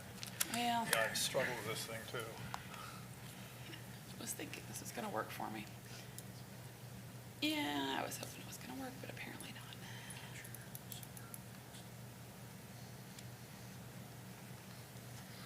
We'll try one thing and then I'll get started without it otherwise. But one of the issues I've been working on is the idea that, this year for events and township events, we've had some special events, but also 12 concerts. Hey, I managed to get it to work. And is that the way we want to move forward? So I have been working with staff as well as our Parks and Recreation Committee for some potential ideas for how we would like to move forward in 2023. What you'll see up on the screen is a summary of what we had in 2022, focused on concerts in the amphitheater, 12 concerts every week or so from May till September. Had the farmers market that did really well this year, as well as a collection of special events that you can see. But the idea is this the best way to move forward for us? Let's try back. I looked into this process and I had 4 goals that I'd like to forward. One is to encourage a sense of community by bringing together residents and guests. This is our focus of having township events, is how do we help build that sense of community? To do that, I'd like to focus on events that will attract as many citizens as possible with a slate of events that focus on different interests and activity levels. So the idea is that, one activity isn't going to be a one-size-fits-all for all of our residents. So what can we do to have a variety of options that attract as many people as possible? Third goal is to promote all township assets and venues and educate members of the public about the venues that can be utilized in the township. I was so pleasantly surprised coming here that there are so many neat township venues: the amphitheater, the parks, the gym, our meeting rooms. And we don't, I think, have not done a great job of promoting all of those cool assets that we have. And so the idea is, could we use some of these events to separate them out to different venues and showcase what we have to offer? These are all things that residents can reserve spots in, and you have to know they're there first. So being able to promote all of these great assets that we have for the community.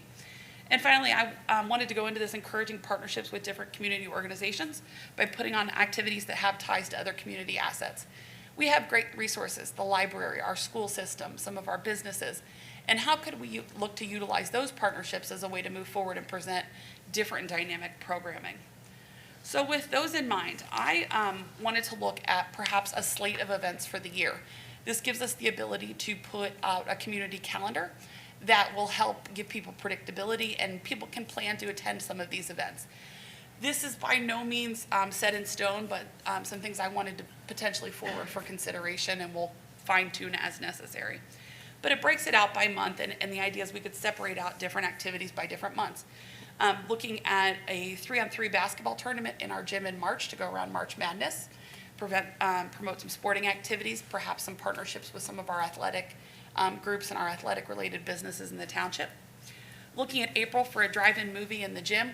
April weather, it's a little dicey around here, so if we have another activity in the gym, perhaps we promote, kids decorating drive-in cars to come and watch the movie, and work with some of our automotive businesses and show the movie Cars. And there's some tie-ins that we can have to local businesses that might be nice to focus on. May, looking at perhaps a family catch and release fishing tournament at Clermont Park, focusing on our ability to utilize those park resources, and a concert in the amphitheater. You'll notice there are fewer concerts on this schedule. The idea is continuing that and showcasing and utilizing the amphitheater, but perhaps we focus on fewer concerts, maybe a little bit bigger, better, things that might have a different draw.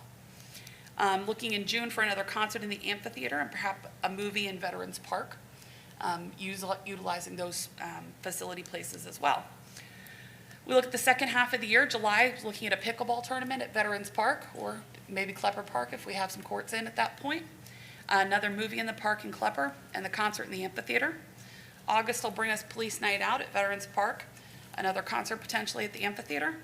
In September, we look at the end of summer fireworks that we've done for the past few years, as well as lantern lighting at Mount Moriah. October, I'd love to see a Halloween event here at the Civic Center. Is that Trunk or Treat? Or perhaps we show my favorite Halloween movie that came out again this year with Bette Midler in the Hocus- Witches, Hocus Pocus. I'm gonna come dressed up with the two Roombas to ride on like Kathy and Jimmy. Absolutely. But, you know, there's some different Halloween events we could do here at the Civic Center at our different areas. Did you have a comment? Or I was just gonna still say, thinking Kathy and I was Jimmy? just gonna say, as long as Matt also does the Santa Claus this month for us. Fantastic. I haven't forgot about that, sir. I have a small break scheduled for November, but I'm also looking at December for our police versus fire basketball game. Hopefully, the fire department's going to start to avenge their loss. Or perhaps we look at a Christmas tree lighting and things in the December area. But the idea is if we could get out, you'll notice this separates amongst different venues, different age groups, to attract as many people as possible. Currently, we had 15 events. This looks at 14. I wanted to keep it around that number because of staff capacity and our ability to continue to deal with these issues. It does require a lot of our service department things to get all this set up and manned. This looks at 3 sporting events, 3 movies, 4 concerts, and 4 special events, with the intent that we would continue junk days in the spring and fall, continue the farmers market at the Civic Center, as we did this year. If we choose to move forward this way, we'll continue to work with the township staff, the Parks and Recreation Committee, and the community partners for ongoing events. Additionally, doing some research and outreach to our local partners. I've already spoken with the library about their desire, potentially on one of those movie nights, we do a movie and a presentation about a movie based on a book. And the library comes in and talks about some of those ties to help promote literacy. Spoke with West Clermont Schools, and they'd be interested in partnering in some of these events, finding some places where perhaps their services would be appropriate as well. You'll notice later, I'm talking again about Civic Plus and the website redesign. They have a robust feature that I liked for a community calendar where residents could log on, create their own profile, and then subscribe to different events so that they get notifications when things are going on and what activities are available. So this would tie really nicely into being able to load it on to Civic Plus and being able to get out more information more efficiently to our residents. As we move forward, I'd love some feedback from anyone listening or anyone on the board, anyone that wants to be involved in this, we would welcome that. Reaching out to some community groups to finalize final dates. I'd like to work with West Clermont and like to say, we want to avoid major events. I don't want to put an event on a homecoming and things like that, and make sure that we're coordinating with our partners. We've also discussed food truck concerns. I'm going to be doing some work on infrastructure and electricity necessary to make food trucks work at these events and our regulations that are appropriate. I think Mr. Dills has indicated before, there's usually some concerns with where food trucks are located by where the actual infrastructure is for them to be with regards to electric and the right padding and things. So we'll work through those issues. I know there's also been some concerns about potential for a beer truck or some adult beverages at some of these events. If we want to move forward this way, we currently have a policy that says you can't have alcohol on township properties, which I think is very appropriate. However, would look at potentially developing that policy further to say you can only have alcohol on township properties with prior proper approval, so that the township administrator or the board can then look at these events ahead of time and make sure that they have the right insurance, the right professionalism, the right licenses necessary to provide alcohol at events, and that we can approve that prior. So that if we have the right event, we could have alcohol possible, but we'd make sure ahead of time that we were addressing all the proper liability issues. But those will be addressed prior to the event starting in March. Finally, if we want to move forward this way, we'll look at finalizing contracts with the performers, the equipment, and then bring those contracts back before the board. Hopefully went through that not too quickly. If I have any questions, I'm happy to take them.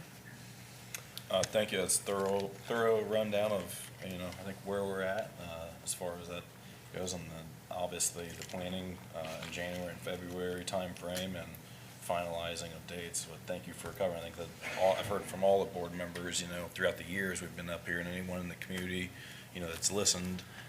You've heard us talk about the community events and being able to showcase the different venues and being able to appeal to more of our community members from all different types of abilities and age spectrum. So I think that is definitely the right direction for kind of the policy and guidance point from what the board will give you for that. So, gentlemen, any additional comments? I happened to run into Representative Winstrup this past weekend, and he is not, I don't think he's seen his office yet, right? I don't think so. I don't believe so, no. So I was telling him, I was giving an update because I walked through it, and I said, you know, just so you know, if you're too loud in there, or playing music too loud, your office is right next to Mr. Logue's office. So I'm like, you might bang on the wall there, you know, keep it down. But Mr.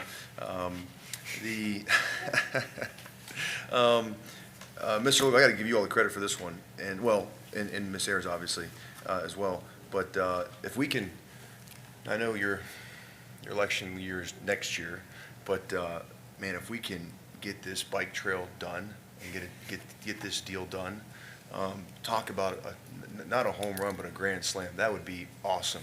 I would be its #1 fan. I'm a river rat right there on Round Bottom Road. I'd be on it every day. So appreciate you spearheading this, Logue. I know you brought it up many times, and so that would be awesome, awesome. And I feel like we're a nature community, but besides our parks, you know, it's one thing that I feel like, let's say the city of Milford and the city of Loveland have over us that we don't have. And I'm all for this, whatever you got to do to get this done in collaboration, because we'll probably have to collaborate with other adjacent, you know, governments and townships. So awesome, awesome. I'm on board. I love it. Good stuff. So that's good. And our Park and Recreations Committee helped design everything you just see as far as the calendar, as far as giving a lot of their input. And we were rocking last month. We gave our input, and they were excited about this. And so I'm thinking for the 3-on-3 basketball tournament, if you three want to team up, you know, and show the fire team how to play some basketball, we could do that. I expect to see that if I'm dressing up. Stan, I'm sorry. Look at him, look at me. He's like, I know where you live. I like mixing it up. The movies. It's a nice summer night, having a movie projected for the kids and things. I love it. Pickleball tournaments. I love it. It's great. Yeah, this is all very good, and I think it's going to be good to mix it up besides just concerts, you know. Basically, it's concerts and police night out. That's the biggest things, and so this is going to be excellent to mix it up, just like you said, so I agree. It's good. Thank you. Mr. Becker? Yeah, 3 things. So you mentioned movies at Clever Park. Kind of how and where would that work? So you actually would rent equipment that you can use for the projection, so it's fairly movable. So we'll work with Matt and his folks to find something that works well with where the electric happens to be. And then I would imagine one of the fields so that people can set up, you know, chairs and blankets and things and picnic. But we'll work out the finalities, what most likely due to where the electric happens to be for the projection equipment. I'm thinking about the screen. What? They actually rent projection screens that are meant to go outside, so Okay. there is particularized equipment for that. Okay, I don't think I've ever seen one. Yeah. All right, the other thing, so with the farmer's market, I think it worked out well, doing that in the Civic Center. It was the first time we did it. It was popular.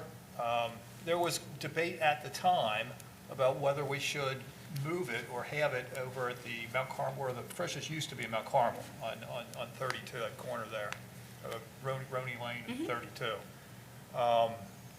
So based on what occurred last year with the farmer's market, do we think it's a good idea to move it or look at moving it down there or keep it where it is? What would be the pros and cons of that?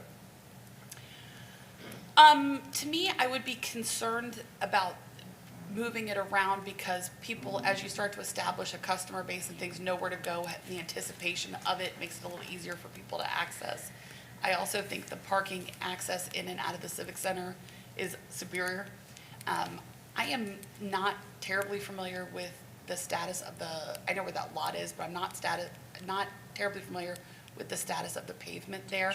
I would have some concerns about the pavement infrastructure that's there and the safety of those walking around on pavement that has maybe not been utilized for a while.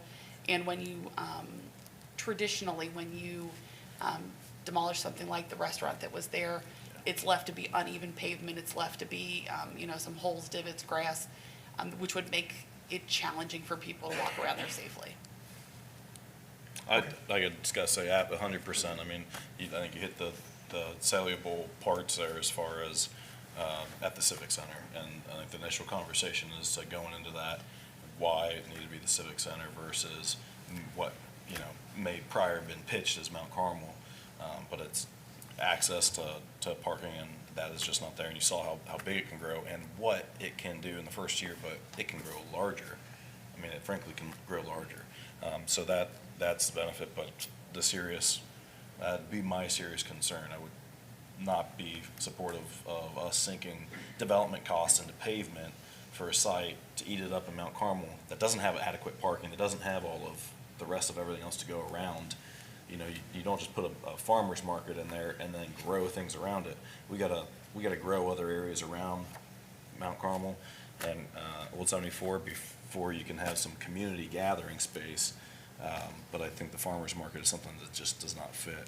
I'm just gonna recognize that I think that we'll get some benefit out of questions like that with the execution and what comes of the master planning process with, again, it's Eastgate Mall redevelopment, but Route 32 corridor redevelopment, and that is part of that Route 32 corridor. So it's gonna be helpful to have that type of feedback as well. But thank you also. I got one more. Yeah. And this is off topic, and I thought of it, when you said something about electric, my mind went to this. It was in last week's Clermont Sun. What I read, the story is in the city of Loveland. I believe it was the Ohio EPA, might have my facts wrong on this, but what I'm remembering was Ohio EPA installed, paid for, so it was free, quote unquote free, to the city of Loveland, a low-powered EV charging station. So low power, they described it as level 2. That sounds to me like the equivalent of charging at home on a 220 line, where you know you're not putting out a lot of amperage to a vehicle sitting there, even over a period of several hours. It's not putting out a lot of amps. So it's a type of charger that would be you'd find like in a shopping center area. You know, not somebody coming off the highway, but somebody that's going to be shopping for a couple hours and plug in. Since they got one quote unquote for free, is there a possibility we could get something like that for free? I have looked into the possibility of putting EV charging here at the Civic Center as well as in our park facilities. It was not free when I looked into it. It was low cost. Okay. I'm happy to look into if there are additional grants that City of Loveland was able to tap into. But when I looked at it, it was low cost. And we do have some contact on the table with a gentleman that helps put that together. I've had some ongoing meetings, and they're going to be looking at doing some engineering studies for a few sites around the township, including the parks, here at the Park and Ride, potentially Jungle Gyms and some of the Eastgate area. Yeah, and if I'm remembering correctly, the article also said that the electricity provided is also free to the customer. So I think it's the city of Loveland that's actually paying for the electricity, but not paying a lot. I think they said it's like 78 cents per vehicle or per charge. I don't know how many vehicles are lined up down there, but so I don't know what the total cost was. It didn't give that information. But I thought that was interesting as well. And I could see that as an attraction to any of our shopping areas where we want to say, hey, come on in. You got an EV, you can plug in for free and shop for a couple of hours and get free electricity. And on a low-speed charge, there's just not a lot of electricity, but at least it's something. It's something to consider. That's all I have, Mr. Chairman. Thank you. Yeah, I've got just a couple, I'll keep them very brief comments, Ms. Ayers. Let's see if I can adequately address it or state thank you for your enthusiasm and your compliment support, I believe, for what you're talking about for hike, bike, awareness and support, and your recognition that residents would be enthusiastic about that and support that. I have to, at the same rate, just be mindful, this historically happened before, and I stated it, mentioning of like campaign material or election, that's something I think is not good precedent to do at the bench, at the Diaz, so Oh, you're totally right. I recognize And, I recognize what your sentiment was. No, I was So mean, thank you. next year's your last year with this, and hopefully we can get a deal done, is what is what I was. I got what but you're saying. I get what you're saying. Yes, Good point. Won't have Yes, to yeah, no, so, Yeah. I appreciate your sentiment very much. So with that, Susan, very excited about, you're gonna take some moments here shortly to speak about the website redevelopment. I just know that's something that's exciting for transparency, accountability, communication, that residents are, interested in. And then also that operating budget that we'll talk next month. Thanks for briefing that tonight. But that enhanced accountability and going to what that is for the operating budget is just wonderful. And those were just the additional comments that I had. So, gentlemen, thank you. Yes, Can I please, address please, one please. thing? I Yes, apologize. absolutely. I was going to mention your comments about the hike and bike trail. I'm really excited about this possibility. I do want to let you know, though, this is a large project and probably longer than we would like. There's that saying about, how do you eat the elephant one bite at a time? So the idea is how many things can we put together to try and help address what we really would like to have happen, but is a costly and time-consuming project. So we start to look at, our OKI we discussed last time about getting sidewalks near West Clermont High School. As we talk to new developers, we work towards making sure they're maintaining green space and sidewalks, with the idea that if you do that enough times and you take enough small bites of the elephant, you do have activities that you can start to connect together. And I'm happy and really excited to push our grant opportunities through this Appalachian Community Grant for potentially taking bigger bites of the elephant. Just unfortunately, it is still a huge project. So so we all kind of understand and are on the same page, that's going to be the strategy moving forward is, hey, if you put enough of these things together, we can start to connect the entire township. Susan, thanks for going back to that. That's, I said with our past administrator, I went to him, this time last year and was talking about, hey, pie in the sky type of idea. It was November or in October of last year, but this is something I'd like for us to, as a township to look at, start working towards. I kept that very close to the chest as far as not a whole lot you can go out and start telling residents, hey, I want a hike, bike, initiative. But mapping out 9 miles between Union Township, Milford, and the village of Batavia, or along the river or on the train tracks there, and just seeing what the trail rails look like and what type of agreements you need to get with, like Cincinnati Rail. Exactly. It's a big elephant to bite, one piece at a time. But frankly, it's just listening and hearing from the community and know what the community would be interested in. And, if I could target, hey, what would be a pie in the sky type of idea, and this will take a long time, but, I think the Union Township is in the correct location geographically to serve that and be an entrance to the rest of Clermont County. There's no reason why Clermont Countyans should have to go to Hamilton County to go run and jump on a bike on a hike bike trail. We've got we got Commissioner Painter in here and currently president of OKI, which helps things. So he knows the sentiment of Clermont County, and we got great leadership there. So we appreciate that. Actually, you're one of the first people that I called too, and I told you, hey, this is a pie in the sky type of idea. So anyway, yeah, thank you. Thanks for the sentiments on that. Keep moving forward this evening.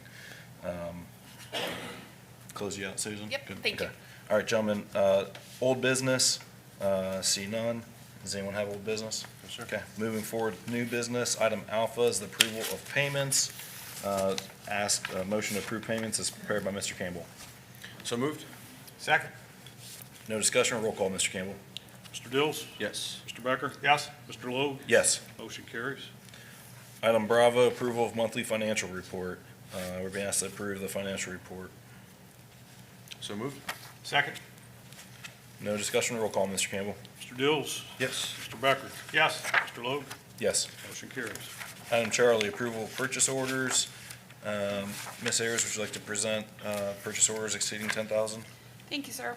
First matter this evening is for Total Quality Logistics for October 2022 Economic Development Reimbursement in the amount of $30,982.08. Second is also for Total Quality Logistics for November 2022 Economic Development Reimbursement for $33,038.86. Civic Plus LLC for website redesign services, $28,544. Axcraft LLC for Station 48 locker room and storage room alterations, $18,862. Next is for Fleet Corps Technologies for estimated fuel usage in December, amount of $15,000. Bachman's Incorporated for EPOP HVAC Preventative Maintenance Service Agreement for 2 years, $19,080. Second, for Bachman's Incorporated for the Civic Center HVAC Preventative Maintenance Agreement for 2 years, amount of $24,564. And finally, Beechmont Ford for a 2022 Ford truck F-150 four-wheel drive for the service department, the amount of $61,820. Gentlemen, do we have the motion to approve? So moved? Second. Open for discussion? I have a question. Yes. Mr. Dimely, Chief Dimely, we have Station 48. Which one is that and where? And what's the locker room, storage room alterations for $18,862? So Station 48 is the station located on Ohio Pike in Withamsville. And what that project consists of is some alterations to some currently unused space within that station to consolidate inventory and give us better access and control over bulk supplies like EMS supplies, fire supplies, uniform, turnout gear. Currently, those are spread out through multiple fire stations throughout the township where there was space as the township grew. There may be some in a closet at Station 52 or Station 50 or 51. So what we're looking to do is consolidate that so that it's all located in one place and we have better control. Put it under some control access for security reasons and inventory control, and have better control over all that bulk storage. Sounds good. Thank you. That's all I got. Gentlemen? Yes, sir. All right. Thank you, Ms. Ayers, and thank you, Chief, for that analysis.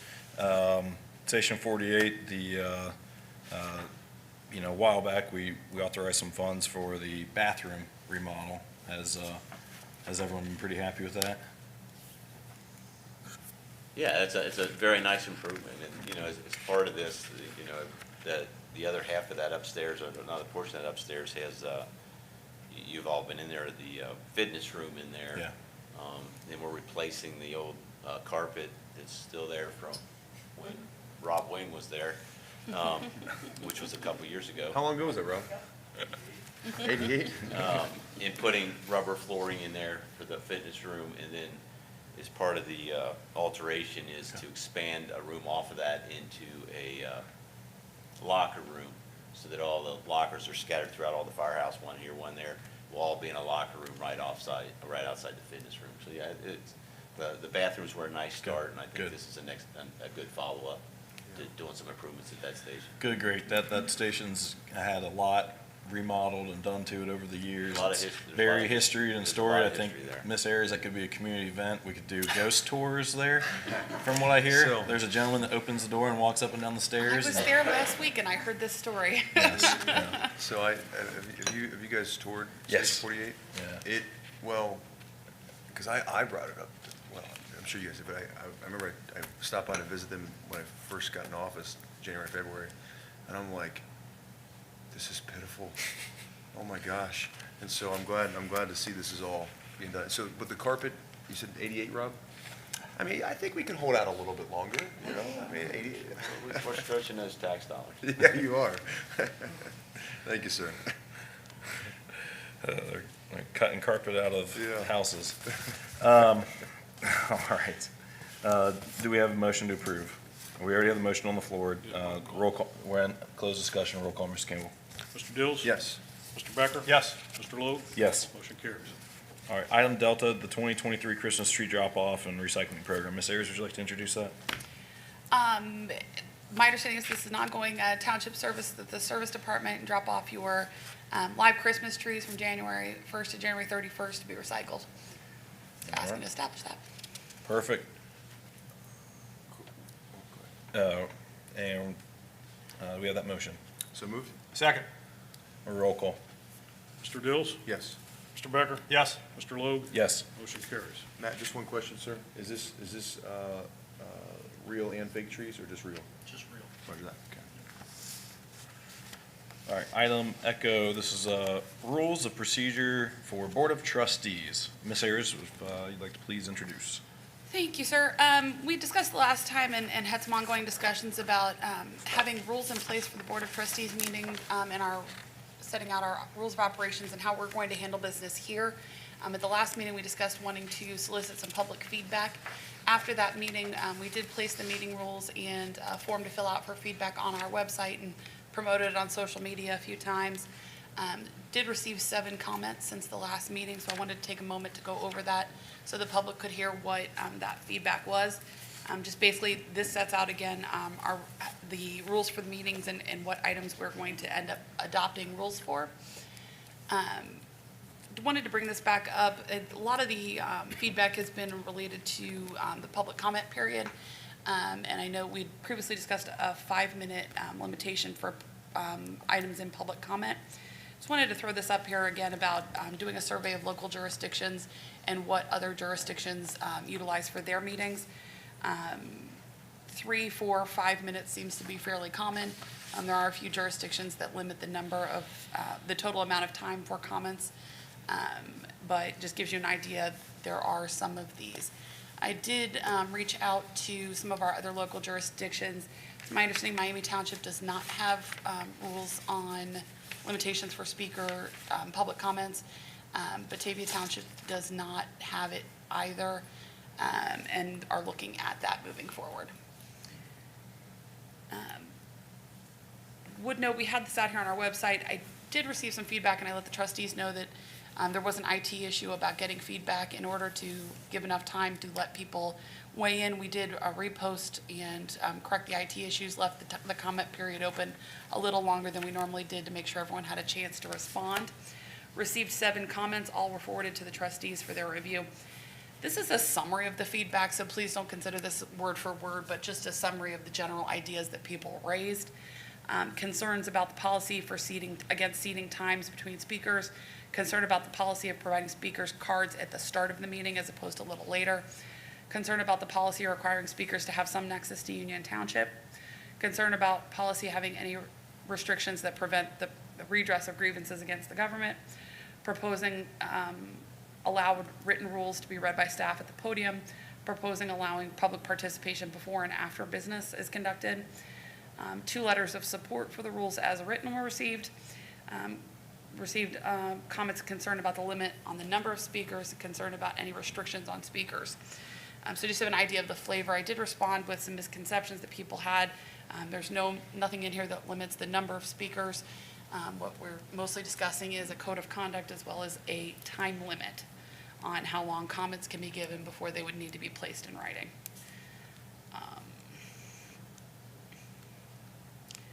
So updates since the last meeting, we took those comments into consideration. I'm proposing making the following modifications.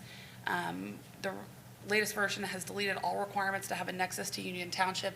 The last meeting we discussed the concern about speakers being required to be residents, business owners, or have some nexus to the township and wanting to hear from all persons.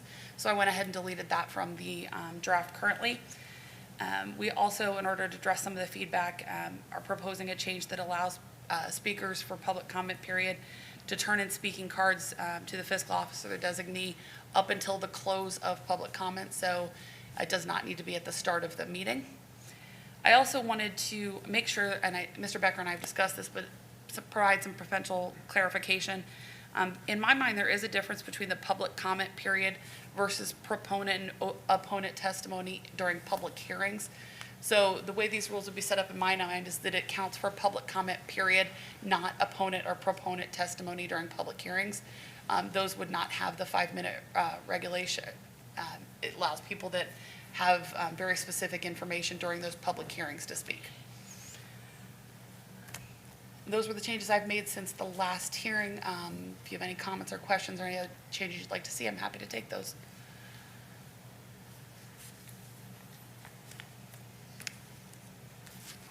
Thank you, Ms. Ayers. Gentlemen, do you have any comments or questions on this time? Yeah, I do. And Mr. Painter, maybe you can answer by a nod. Is that correct, I assume? 5 minutes with a maximum of 30 is what Clermont County allows? I believe it is. Correct, okay. And then, 30 minutes on the other, correct. okay. Ms. Sanborn, is that correct? Maximum of 3 minutes at West Clermont School Board, met with a maximum of 30 minutes total? That is correct? I'm sorry, Brakeman, I'm sorry, Brakeman. Tammy, I'm sorry. Sycamore's 4 minutes, Anderson's 3 minutes. Okay, so I mean, we're falling in line with surrounding areas. It's not like we're, and I don't think 5 minutes is too much or too little. I think it's a sweet spot to get your point across. And I'm, yeah, I'm okay with the time limit, you know, and, so I guess, the speaking cards, Ms. Ayers, do you know who else uses these? I think there are multiple jurisdictions. I know we used to use them in Middletown. Frankly, the speaking cards are as much for administrative convenience and record keeping as much as Okay. anything Oh, else. fair enough, okay. So if someone comes to the dais and wants to discuss a concern they're having at their house, I'd like to be able to send a staff member to follow up with them. Love it. So this would provide us their contact information and what they want to speak on, so that we have a right record of it, and I can follow up with them without having to stop somebody and have them fill out their information then. Love it, because there's been many times, too many I can't even count, where a resident has needed something and it requires one-on-one attention, maybe say from Mr. Berkey or you know, or someone, and you already have their information, and they don't have to come up there and give it to you in the middle of the meeting. Okay, I like that, never mind, okay. I don't think, yeah, I'm good. I think I'm good. It's very reasonable. It's nothing, yeah, I'm good. That's all I got, Mr. Loeb. Mr. Becker? Yeah, I feel good about it as well, this final draft. I know we got, what was it, 7? I thought you summarized very well what, you know, the public input. 'Cause I read every bit of it that came in. Some of them, you know, they love rules, some of them, they hate rules, you know, so there was others that had specific suggestions, changes. I know one of those particularly we did adopt, and is part of this final draft that we're now discussing. So I really thought this was a good exercise to go through, get the public involved, and of course, you know, we can adopt this tonight unless we make any changes or you know, we'll see what's going to happen here. But we're not married to this, you know, we can always make changes going forward or, you know, next year if what's working, what doesn't work, and, you know, we're always open to discussion and edits on these going forward. All right. That's it. Thank you. Yeah, Ms. Ayers, thank you for picking up the, you know, the effort and work with this and going through a good quality process to, for the first time, formally put some meeting rules to the Board of Trustees. As you said, there's countless examples of jurisdictions around that have meeting rules. Batavia and Miami Township, do they have meeting rules? They just don't have a public comment rule at this time, or? Batavia does not have any, to my knowledge. I spoke with their administrator, and then I'm not 100% about Miami Township. Okay. Well, as that goes, you know, I'm happy to have us, you know, move forward. And again, a board can take action on that to revise, you know, as necessary with public input. But I really like this because it formally gives the public the right to speak. Because as it stands, there is no right to speak. It's not in the ORC. This is the Board of Trustees meeting. You are invited to see it and be here, but there is no requirement for you to speak. And as that goes, the chairman can set the agenda, and the chairman could restrict the public comment if they didn't want to have it in the agenda. So this actually sets the bar higher and puts meeting rules and procedures in place to be fair and balanced, sets the bar higher so that boards in the future, a chairman wouldn't be able to just, we don't want to have public comment tonight on the agenda. Did you have a just? Just wanted to stand corrected. Clermont County Board of Commissioners, 5 minutes per speaker, no more than 30 minutes regardless of the. 5 minutes per speaker, no more than 30, okay. So That's- maximum of. that's what we have. 5 minutes per speaker and no more than 30 Yeah. minutes in total. That's what So, we have on yeah, the- and current, that's what and we that's what we have on the chart. So yes, thank you, Mr. Payne, Commissioner Painter. Appreciate that. And so, you know, that's, it's helpful to be able to help educate the public on that, that it's, you know, it formally gives that to the public for public comment, but also protects that now. It's protected in the future. You know, I see some residents sitting here that, you know, went through, you know, past, this is very sensitive to them from the aspect of an excerpt here from some of the previous court cases with regards to Resolution 2018-52, because Union Township previously took a position, this will be a little bit different, but Union Township previously took a position that argued that residents had no right to petition Resolution 2018-52 through referendum because the passage was accomplished administratively and therefore should have been petitioned through revised code 2506 appeal. And so those that are not, familiar, the court ruled that that was a legislative act, and the residents actually followed through and did a correct referendum on a legislative act. And why am I making this nexus? I'm making this nexus because I feel like in all elements of running a professional meeting and being effective in the meeting, we've got to protect that First Amendment right and the citizens' ability to grieve the government. So when it's appropriate for referendum, when it's appropriate for administrative, and it should be clear to the public. So I'm going to always ask that of the staff. If there's a decision that the board has to make here, and we know that there's a tough decision that doesn't make everyone happy all the way around, I'm always more than happy to say, here, our staff will help you with the referendum or the administrative act, and you put it on the ballot for the people to decide, so it's your government. So anyway, I will close with that. And Mr. Becker? I just have one other thought. Unless I'm mistaken, we don't have a 30-minute maximum. Correct. We have no maximum at all on, how long public speaking can go. Correct. That's correct. It could be something to consider if that becomes of an issue, because I think as I said last month, the ceding of time or comment after comment, well, is that the appropriate form? That's what I would push for, is if it's, again, if it's repetitive comments, staff has heard that, and we're working adequately to address that. We see who has the concern, right? But you got to deal with it in an appropriate forum, which means maybe working session, maybe more stakeholder engagement. We don't want to put the cart before the horse there, metaphorically speaking. So, I do have one other thought. yes. On this whole topic, I guess something I would hope the public would really appreciate is they come in here with an issue, whatever that concern may be, they immediately have the ear of our administrator or any one of us individually, for that matter, that will sit down with this person, try to work that out. So, they get to redress the grievances, or at least they get heard, regardless. Correct. And one-on-one, trying to work it out. Correct. And, as I just pulled up this case as I was sitting here, so I was just scrolling through fast to get to, where the section that I recalled. If I further read just one more line, Union Township also argues that the First Amendment does not protect the plaintiff's right to referendum in this instance. I just have such a hard time with the fact that the government had that as a defense with the residents. So I would just ask that out of both of you, as long as we serve together as a board, that is something that will always be protected. So, all right, what this time we'll close discussion and roll call, Mr. Campbell. Did we have the motion to approve? We do not. We do not. Can we have the motion to approve? So moved. Second. Roll call, Mr. Campbell. Mr. Dills? Yes. Mr. Becker? Yes. Mr. Logue? Yes. Motion carries. All right, gentlemen, continue on. Item Foxtrot, settlement of legal case. Ms. Ayers, would you like to kindly introduce?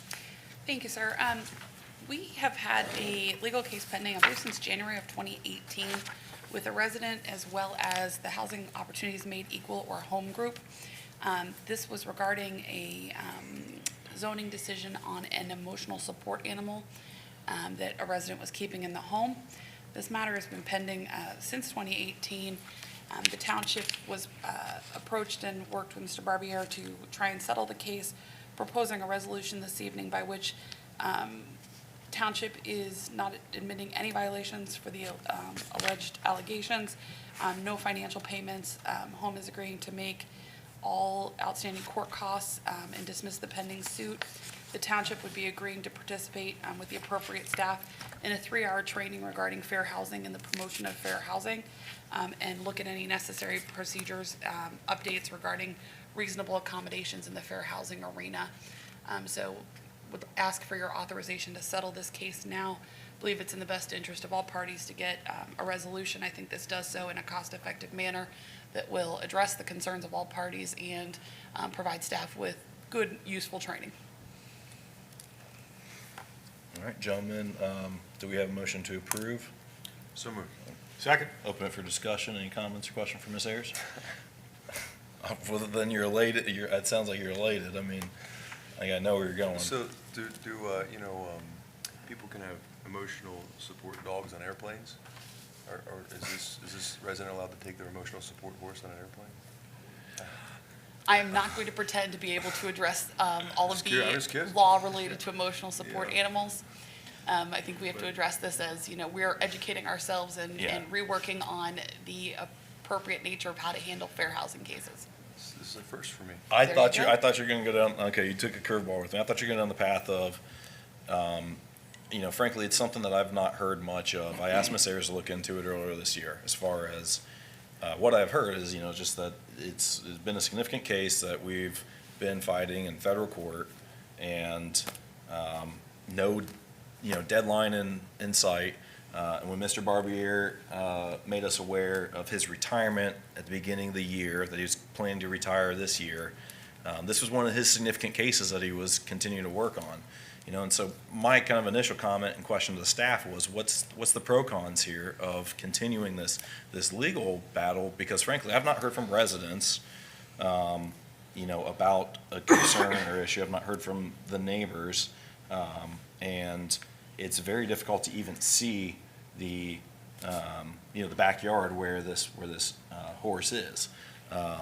So it's one of those legal battles that if we're not creating a bad precedent for the township, and in this, recognition, the township's basically being asked to look at accommodation methods for the zoning and planning, which I think is, as you're saying, Ms. Ayers, right, it's good training. I think it helps put something to rest, and we can just continue to move forward and focus staff and township resources on the big positives that we have coming in 2023. So that's exciting to me. How many Mr. years Becker? does this go back? 2018, It started in 2018. January of 2018, 2018. about, Would there likely have been some type of activity before that, like zoning inspector, citations, Yes. like Mr. Yeah, Berkey would have so cited? that was when it actually got filed in court. So prior to that, there would have been some Miss- violations. Yeah, Chief Caviglia, you've got some history on it? It's been going on for a while. What's your earliest recognition of? 14. Oh, 2014? Wow. so 9 years on, basically. So, I think it was before I was chief. so am I correct? This is a residential area, correct? Yes. It's actually about one property down from where everyone has talked about having a farmer's market in Mount Carmel. The building that the township bought and raised, you go past Ronnie Lane, and there's one more property down basically, and it's that property. It's a neighborhood. It's a small wedge of a street between that and Route 32. That's why I said there's not really like, It's I haven't heard mixed from neighbors. I mean, business. it's hard to even see. I mean, it's not a farm area, it's business and residential. Right. So there's obviously that concern to work through, but, again, I guess it comes down to the question and the So- authority of the board. So can I ask a question? It's a very real question. So can any resident now have a horse in their backyard? Is that what I'm hearing correctly? So. Or no, that's a real question for the future, is that, or no? So, the matter before us at the moment is just the legal case. There is the underlying policy and procedures that we will look at with Mr. McCormick and the appropriate parties to say, what policies do we have to have in place to support people with disabilities that need accommodations in housing? For all of our zoning and housing regulations, we have to have some accommodations for residents who need those special concerns. We will have the appropriate legal procedures put in place to make sure we are addressing those concerns for residents that need accommodations. So if you are able to meet that legal standard and that is what you need, then we will address it appropriately. That does not mean that every person that decides they would like to keep an animal that's against zoning in their home can do so, but we will follow the legal requirements. Fair enough, okay. Thank you, Ms. Ayers. And I think that's, Mr. McCormick, you sent out earlier I received earlier anyway, projects and priorities list. That's captured under that, correct, as a high priority item? Yes. It kind of goes in line with, I think, also address marijuana dispensaries and the zoning resolution. So overall, as you've come on recently, you've called out and seen a number of instances within the zoning resolution that, from your professional opinion, we've got to take some steps on addressing. And so I think this is just one of those other opportunities. So, Mr. Dills, to, I think, put you at ease, yes, there would be, the opportunity to appropriately, I guess with the correct authority, be able to regulate that, but until that time frame, that's which I think it's a high priority, so. Yes. Okay. All right. Do we have any estimate of what, like, legal fees and just resources that are expended on something like that since 2014? I have not looked back. I would Okay. tell you, from somebody coming from a legal background, it probably is extensive, and that's part of the thing I look at moving forward with these types of recommendations, is this cuts off any future liability possibilities for the township in a way that I think meets some staff needs moving forward. So to me, this is a win-win situation on a settlement. Okay, all right, thank you very much, Ms. Ayers. I'm good on discussion, gentlemen. Did we get a roll call there, or So ready for roll motion? call. We got a Re- motion Ready and a for roll call? second. Okay, and we'll take a roll call. Mr. Dills? Yes. Mr. Becker? Yes. Mr. Logue? Yes, Motion carries. thank you. Thank you. Item golf, establish a 2023 reorganization meeting date and time. That's, gentlemen, we're just looking for a motion to establish a 2023 reorg meeting, January 3rd, 23 at 6 PM. Ms. Ayers, I know you've got, you want to say a few words on that, but it's, gentlemen, you sat through one of these previously, and you got some kind of information to inform you of what the reorganization meeting is when you had your immersion briefings and did some kind of transition planning there, so. This is just our annual meeting to be able to decide certain annual business policies, how we want to set meeting times, making sure we've established the right procedures for the year, appointments to different boards for the trustees as well as some of our private boards, and then having to deal with financial reimbursements, fee schedules and things for the year. It is traditionally done, I believe, the week before the first meeting, so we've slated it tentatively for January the 3rd at 6 PM. I'm good with that. No further discussion. Roll call, Mr. Campbell. Did we get a motion? Need a motion and a second. Second, seeking that motion. So moved? Second. Roll call. Mr. Dills? Yes. Mr. Becker? Yes. Mr. Logue? Yes. Motion carries. All right. Item, hotel, contract approval for the website design. Ms. Ayers, if you'd like to introduce this. Anyone sick of listening to me yet?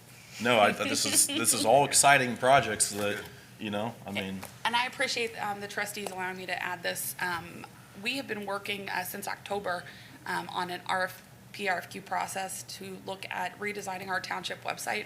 Our website, I think, has a ton of great information on it. The problem is that I find it to be a little bit difficult and cumbersome to navigate for the user as well as on the back end to make sure things get updated. I think there were some ways to make it more efficient for staff to use, help us manage the workflow, as well as make it easier and more interactive for citizens to find what they're looking for. So just to give you a little bit of background, we opened up the RFQ process on October 2022, included posting on our website, some planning group websites, publication in the news media. Open period closed on October 26th. We received 4 responses from Civic Plus, Core Technologies, Knox Designs, and Tech Focus. In order to move forward with this, I established an internal team with administrative, IT, planning, police participating in reviewing all of the responses as a group. Out of those 4, we asked Civic Plus and Core Technologies on a short list to provide demonstrations and answer questions on a separate session for that staff group. Had a chance to listen to both companies that were great presentations, but after we sat through and did demonstrations with both parties, staff rated the groups and universally rated Civic Plus as the best partner for the township's needs. Costs were comparable between Civic Plus and Core, depending on which elective services were added, but we do find them to be very comparable and are recommending Civic Plus for your contract adoption this evening. Typically, I would have not brought this back so quickly. However, Civic Plus is advertising a discount on services if we are able to sign a contract by the end of the year. So that was the reason for adding it this evening, so that we can take advantage of that discount. I wanted to go over a little bit about Civic Plus and what we experienced and enjoyed. And certainly if the trustees would like, we can bring them back for a more thorough demonstration for the trustees if you'd like to see that. But given the late notice, I wanted to just throw out a few things. Civic Plus as a company has 20 years of experience in this field and specializes particularly in government services. So they're familiar with the needs of a local government entity. Had some great reviews and recognition for customer service. available 7 a.m. to 7 p.m. for normal support, 24/7 support for emergencies, 4-hour response time during normal times, had some impressive chat and phone responses if we have issues, and a good number of issues resolved within one touch so that we're not continually going back for service problems. Recognition this year as a top 100 company in government technology.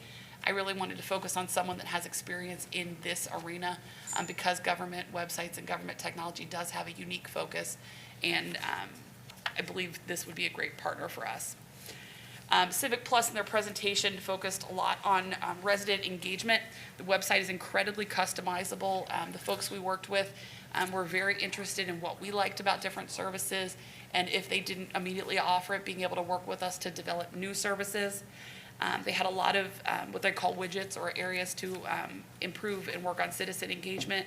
Alert center, a blog where we could post things, a community calendar, a citizen request tracker so that if people want to log in and follow things like pothole requests or service requests, they can do so through the website. Community voice interactions, we could sponsor different messaging boards for the community. Residents can sign up for a My Dashboard where they get personalized updates on any topic that they choose. News flash systems, notifying systems so that we can get information out to residents better. Also had some exposure to what they call the Document Center, which allows for easy access to documents and information. The idea that we want to promote getting out as much of our information as possible. Had the Agenda Center, the Archive Center, the Document Center, the Form Center for people to submit new things, the staff directory and bids, all easily accessible and available to promote that citizen engagement. Civic Plus works extensively for full accessibility under ADA requirements. And I think the staff was also very impressed with how easy the back end was to use so that we would spend less time and be more efficient on the administrative use. There's more possibilities for people to do updating on individual pages for different departments. And it was a very intuitive system so that we didn't have to go running to one IT person every time we needed this managed, and that each department would be able to do some of the updates themselves in a very easy to use manner.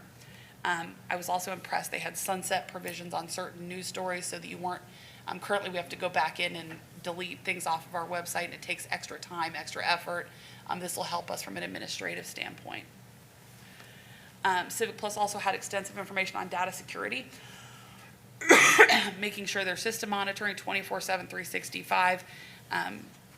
Our IT staff and our staff here are doing a great job, but when there's so much to be done, things like this constant monitoring is difficult to do.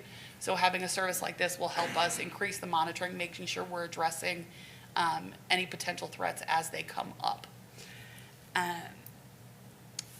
In their proposal, they're looking at a 6-step process for implementation of a new site.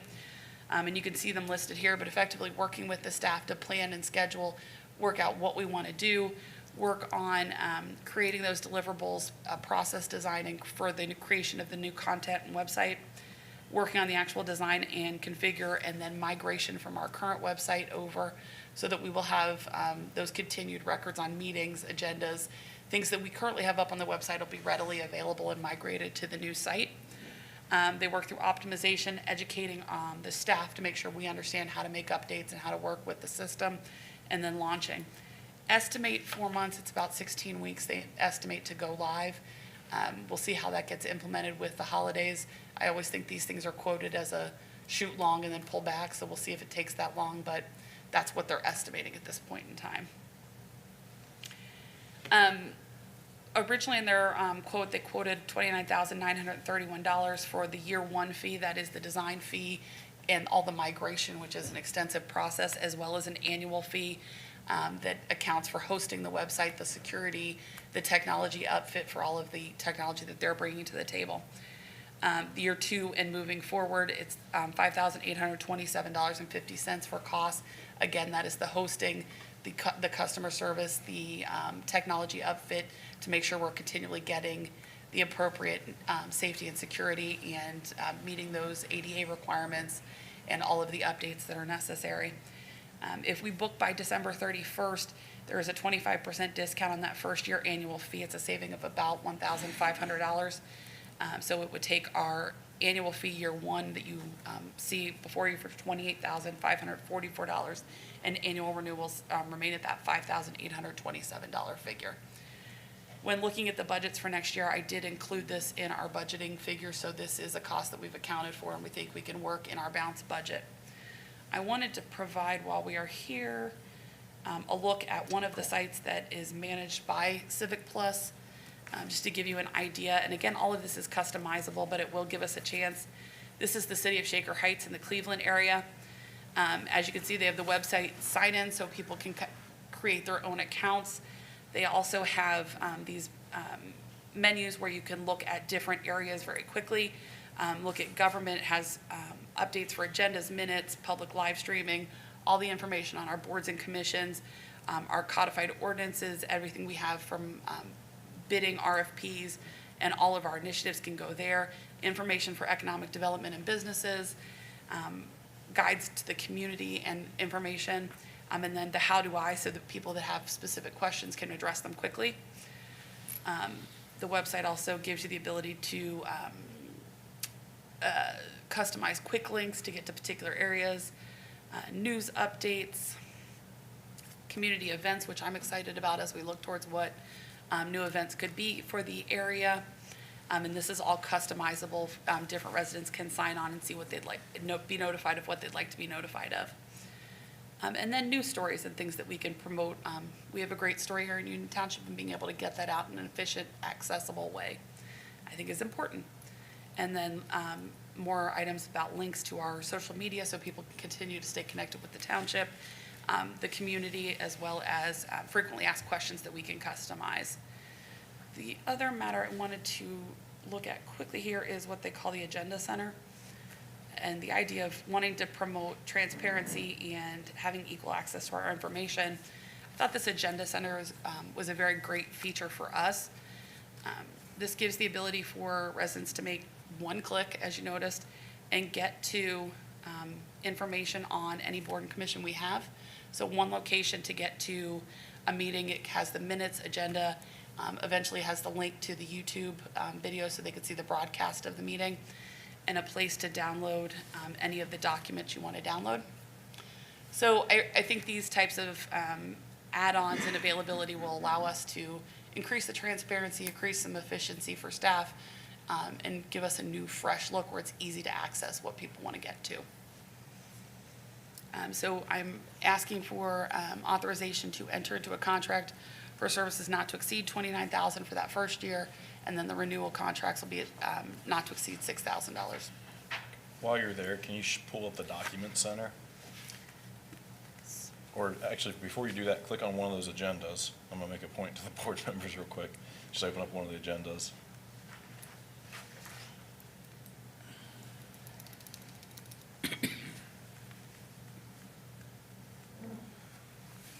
My computer's deciding to be slow today. It's tired. All right, and then you can, you open up the Word document, I guess, and say it can click and open up to the hyperlink, and then you can just back out of that too. You can hit the back button. So if you gentlemen are familiar with going into the file folders on our township website, if you go through the file folders to get to a meeting agenda, and the meeting agendas, you've done it, and you open something up, and you're like, oh, that's not what I'm looking for. You can't simply hit the back button and go back a level. You have to restart all the way over and go, by what you're looking through or what you're looking for, looking for to get through the folder system again. It's like a maze. You have to get restarted. It's annoying, And then, so if you pair that up with an agenda and you want to go to the movie, then you've got to go, same thing, file folder for the live streams, file folder. And so anyway, that's just, to me, that's just so nice that it's all accessible right there and the back button works. So I think it's wonderful. And that's just, as I look at this, at a cost of $28,000, and the last time the website was refreshed was December of 2019, and then it was January of 2020. And Ms. Ayers is bringing up the document center right now, but I'll levy this one last comment here. It was January going into February of 2020, and our site and our infrastructure got hit with a ransomware attack. And thankfully I hadn't really been in office for too long yet that I didn't lose too many emails, but all my emails got wiped out and taken. But for that time period, for other staff members, my understanding of that there was a significant loss of emails for about a 2-year period until the last major kind of IT update that was done, and there was a backup that was done. Anyway, part of the pitch here that Ms. Ayers shared was that emergency support. So I believe that, again, from their hosting and their security, the township, we spent on the cleanup side of the ransomware. Yes, we did not pay roughly $500,000 that they were asking for to unlock our data, but we did pay about $100,000 that year in IT costs to improve the system. And so when I look at this and I see what's been proposed here for $28,000 for the total year one investment and then recurring service of roughly $6,000, I think that's extremely worthwhile value added to the community to facilitate transparency, accountability, and communication just from these tools. And so the next step she was just going to share here on basically going to transparency is this document center, what she's got pulled up right now. These are all just publicly, published files. Ms. Ayers, I'll kind of hand it back to you for a second. Yeah, one of the other issues I liked about this was the document center, which gives us the ability to go in and make these menu items perhaps for different departments or different areas, and then we can store whatever level of documents we'd like out here so that it's easily accessible and ready for the public to view. So if we have, for example, they have electric aggregation program here, perhaps we have that here, and all the documents we received and we pushed out regarding electric aggregation for the township would be readily available just by making this simple click and would be accessible through the search area. And each department could have a set of documents that they wanted to keep out here that are commonly asked questions, forms, things that are needed. It would make it easily accessible to the public and a little bit easier to find than they are on our current website. So if you click on like fire, yeah, and then it just pulls up, whatever type of information that the fire department, and again, that's all, I think, as you get through the implementation, the design side as far as what wants to be out there, but I guess I support it, so thank you, Ms. Ayers. Gentlemen, we'll have a motion for approving item hotel for approval for the website redesign. So moved. Second. All right, open you guys for discussion there. Yeah, so the Civic Plus, where are they located? Are they local or out of state? Their home base is in Kansas, but they have a network of people around the country. Okay. So they'd be able to get us a draft when, and this would be online, live, when? What's the timelines projected? I'm estimating about 4 months, about 16 weeks to go live to the public. Okay. I don't know whether that's going to be affected by the holidays coming up, depending on, how quickly we can get started. But they'll work with the staff starting immediately to work out what that implementation and design looks like. We're going to have people from each department go in and decide what goes on these pages, what the migration looks like, what all of that is, and that takes a little bit of time. But they estimate about 16 weeks to go live. Okay, and we got, was it 4 responses? Yes. Okay. I guess I'm surprised it was only 4. Maybe there's not that many companies that do government, because there's a bazillion people and places that do websites. And government work is unique in this market. I don't know whether that was time of year.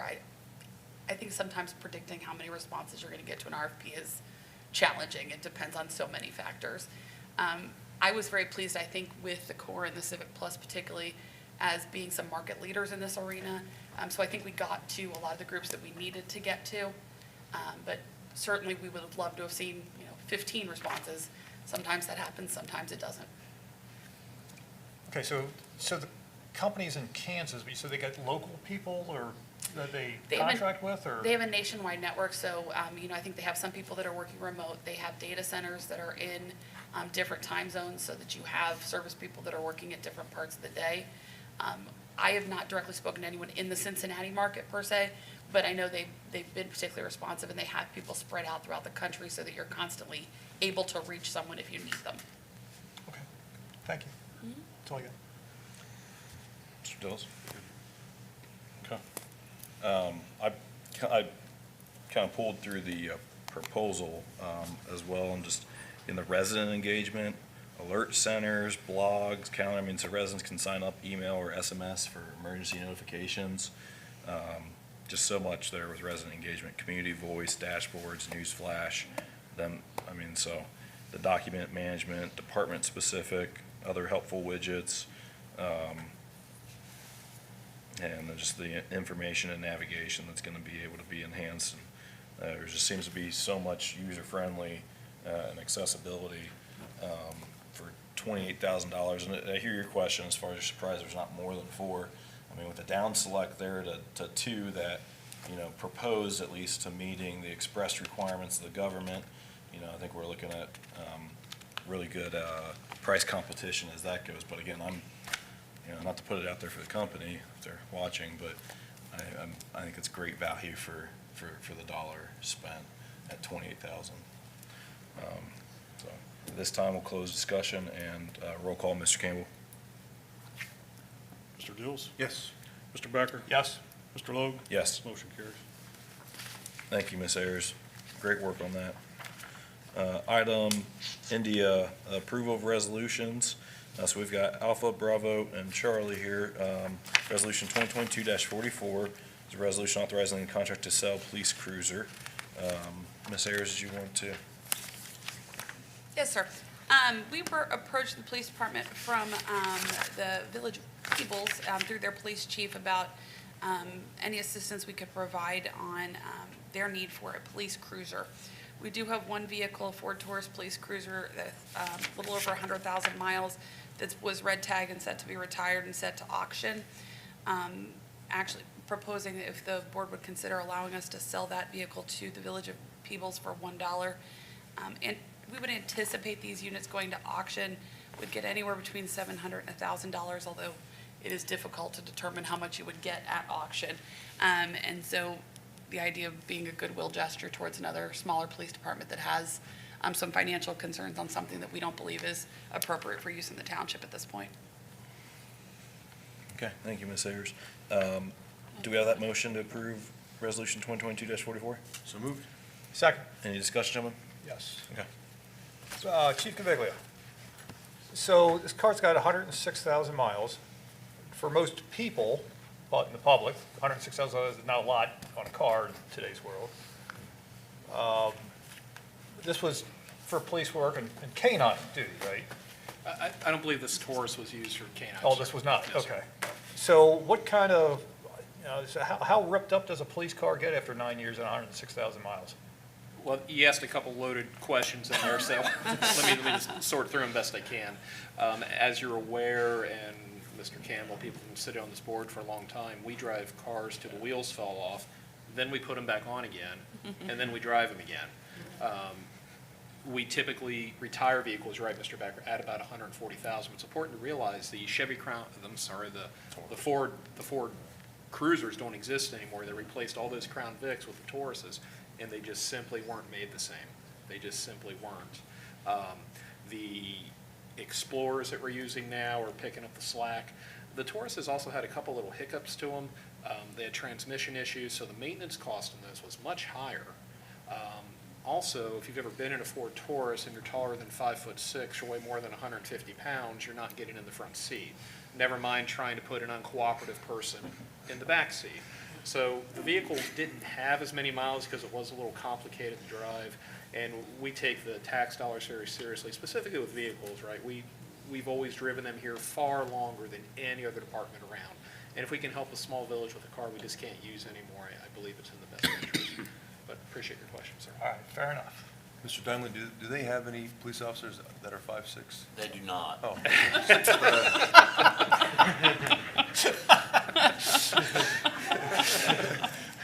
You're back to that basketball game, aren't you?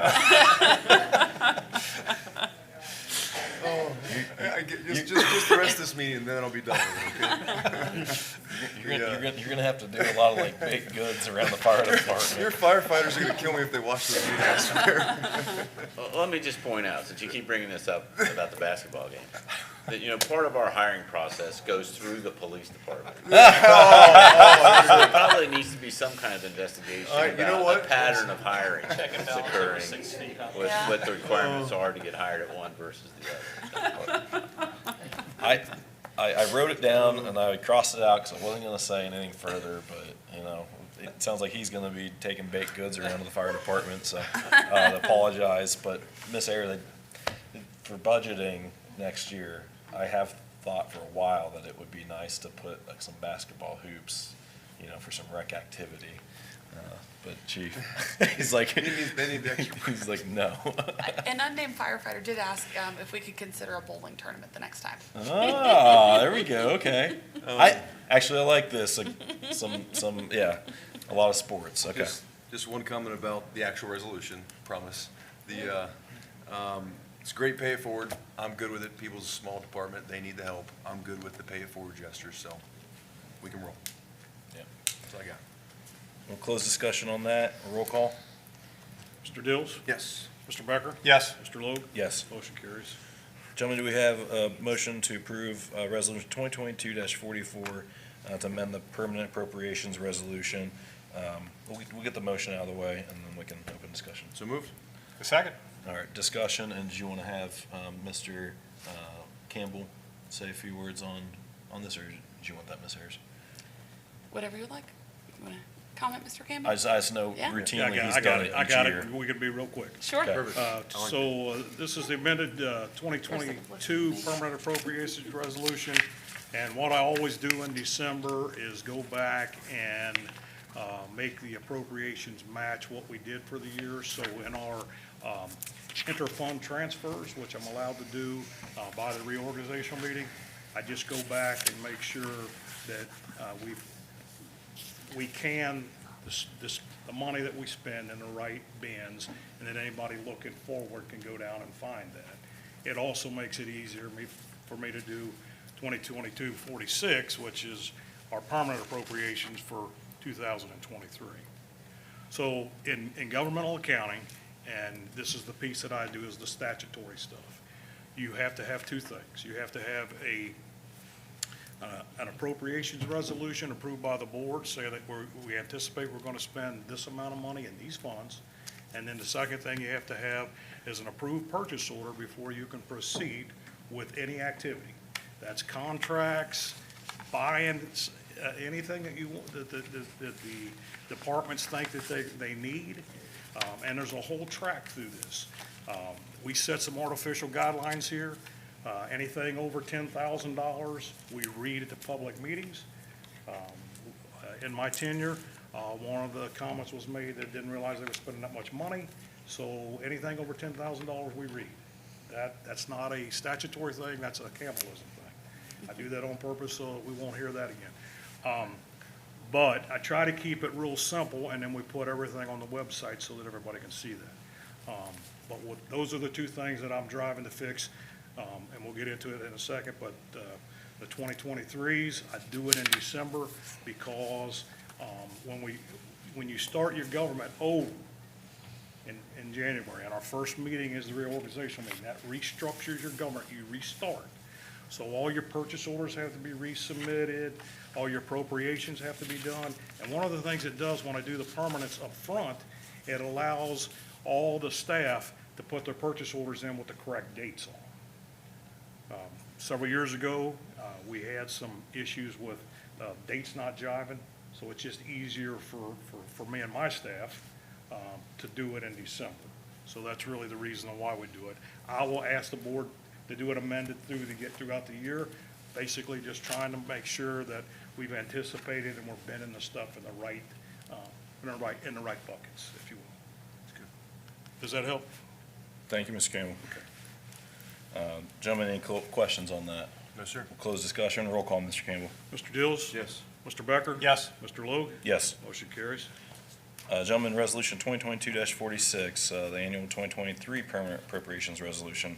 believe Mr. Campbell essentially just presented on both of those, how they work together. So this time we'll seek the motion for approval. So moved? Second. All right, and does anyone have any discussion on that? Just a Is comment. there- Mr. Campbell, I appreciate your depth and breadth of knowledge on this stuff. You explain all this stuff very well. You make your job sound easy, but I know it's not. Probably the most thankless job here, but it's one of the most important jobs here. My job, so that everybody understands, is I work with the Board of Trustees, not for them. There's a reason that that happens, and that is that I've got their backsides. So when they're entering into conversations, deliberations, and my job is to make sure that we are above board, and if there's anything that, that these guys need help with, I'm gonna help them, but if we're doing something that's not right, I'm gonna tell them about it. So, and that's the guys that set up local government were pretty sharp. But I enjoy doing what I'm doing. If I didn't like it, I wouldn't be here. I mean, most of you know me, I retired from Ford Motor Company. I don't need this job. I do it because I like it. If I didn't, you wouldn't have to ask me to leave. And can I say thank you to Mr. Campbell and his staff, that getting all this stuff to work through and bounce out at the end of the year is a lot of very detailed, dedicated work, and him and his staff have done a wonderful job getting this ready. Appreciate it. Thanks. Okay. Yeah, no, absolutely. Just to echo that, Mr. Campbell, to thank you to you and the staff of two. So, and with that, I mean, I know you got the chuckle recently as there's been such an emphasis on the fiscal office and transition plans, and we want to keep you around for a long time. So, 'cause you definitely come in and you work and put that time and effort in, but we know that, when you choose to make that time, it definitely would be something difficult to ever, replace you directly. So as far as that goes, board members, we gotta always kind of keep that in mind as far as that financial team and having essentially a deputy or having someone there, if there's ever a tragic accident or anything like that, we don't want that, obviously. So, but thank you, Mr. Campbell, for all the team's effort. I know, I just relate that because you were talking about during COVID, it got you thinking about it. You're like, It did, made me really think about some things, but like I said, I raised my family here, I'm from here, so, I like to do it. So, I want to hang in there for a little bit longer. Sounds good. Sounds very good. Thanks for the kind words. Yeah. All right. We'll close discussion. Roll call, Mr. Campbell. Mr. Dills? Yes. Mr. Becker? Yes. Mr. Logue? Yes. Motion carries. Thank you. All right, gentlemen, moving forward, we've got comments from board members. I'd like to open up the floor to either Trustee Dills, Trustee Becker. Yeah, I'll go. I've been making comments all along the entire meeting. I'm not sure I have anything left to add. There's one question I've been meaning to ask. I'm going to cede my time to Ms. Ayers to give us an update on the newsletter. I apologize, sir. I was going to mention that today. Thank you. I know there's been concerns about the newsletter. The intention has never been to shuttle the newsletter. While we were working through the transition, we needed some time to get things back up and moving. It's my understanding, actually, the newsletter went to press today. Great. So we will Great. have a new draft out as soon as I can get it out. And then as we look towards Civic Plus, now that we've updated that contract, they have a place to do electronic distribution. And so we'll be looking at that moving into 2023. But the intention would be to release a newsletter quarterly. Excellent. Wonderful. Thank you. Great That question. concludes my remarks. Thank you, sir. Hey, great question. Thank you. Trustee Dills? Yes, a few items. First one is, Mr. Logue, this is to you. You have been the chairman this year. It's your first time as chair. And well done, well done. There has been several times that if I was in your seat, you've had very good tact and bearing. And there's probably no way on God's green earth I would have had tact and bearing the way you have. And so I just wanted to commend you. You did a great job as chair. Will he be chairing the reorg meeting, or is it you, Mr. Campbell?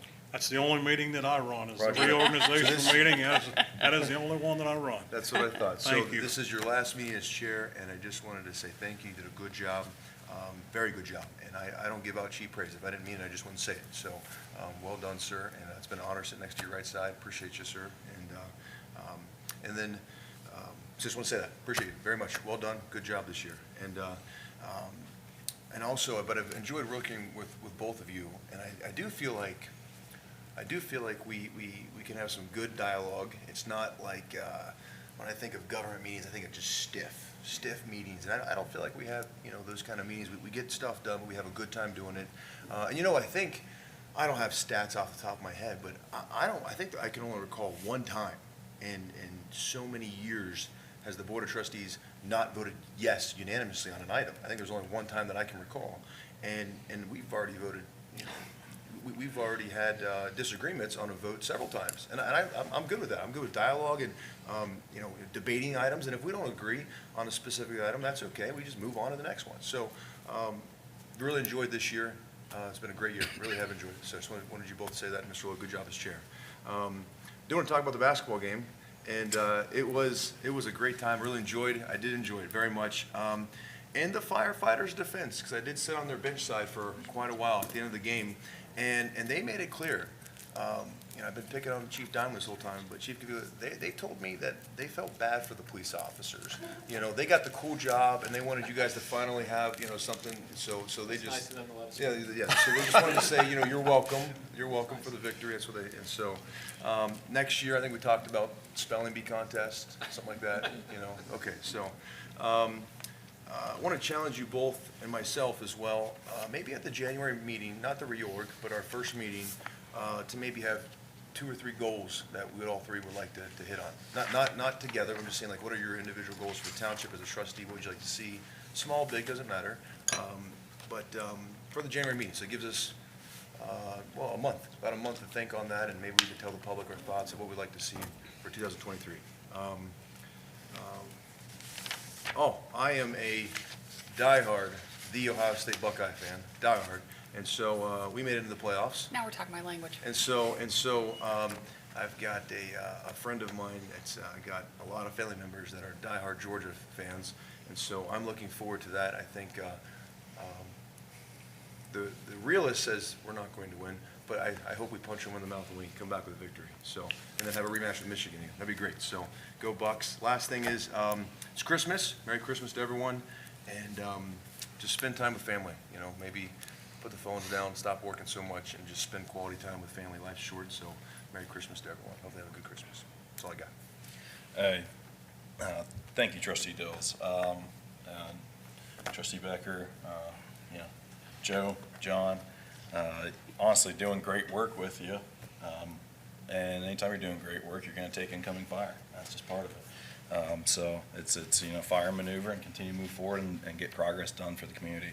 And as chairman role, it's a responsibility to the residents, but not only the residents, but to both of you and and staff that's up here, to have a professional and effective meeting. So I do appreciate your comments. I appreciate your support throughout the year too, because I know there's been times where you've recognized and you allowed, with respect for the chairman position and us kind of keeping a good checks and balance on just getting a professional meeting and continue to move forward. So with that, I do want to take a moment to say a few words, as this will be my last meeting as chairman of this Board of Trustees for 2022. We've accomplished quite a bit this year. From township staffing personnel, we created and implemented an onboarding process for newly elected trustees. We had a robust competitive process to hire key administrative personnel, including a new township administrator that included dozens of applications and over 20 hours of interviews. Began reviewing and revising several decades-old policies, updating township communication tools like the website, newsletter, and social media activity, building strong relationships with officials like our county commissioners and auditor to ensure the township always has a seat at the table, actively discussing and planning for hike and bike trails and connectivity, began building a more attractive work ecosystem to ensure that we attract and retain good employees, the best around, streamlined monthly meetings to be more efficient and accessible to residents, partnered with Congressman Winstrup's office to move the 2nd Congressional District primary office here in our Civic Center and for our residents. In economic development, we had the TQL expansion, Kroger working on expansion for 2023 and 2024, working on development of housing at Glen Estee campus and surrounding area to help fill out the market.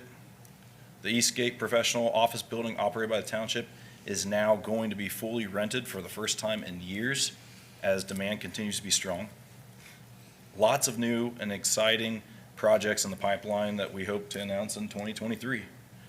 Investing for the first time in strategic planning for Eastgate Mall and Route 32 corridor planning.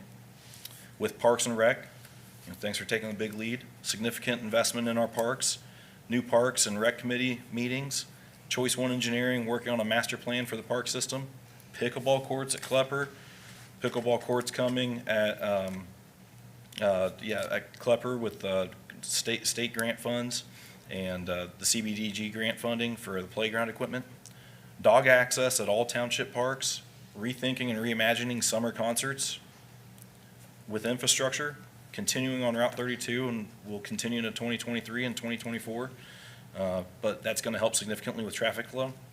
New partnerships starting with Clermont County Transportation Improvement District to do road improvements on Eichholz and help with traffic flow in that area. And that should start early in 2023.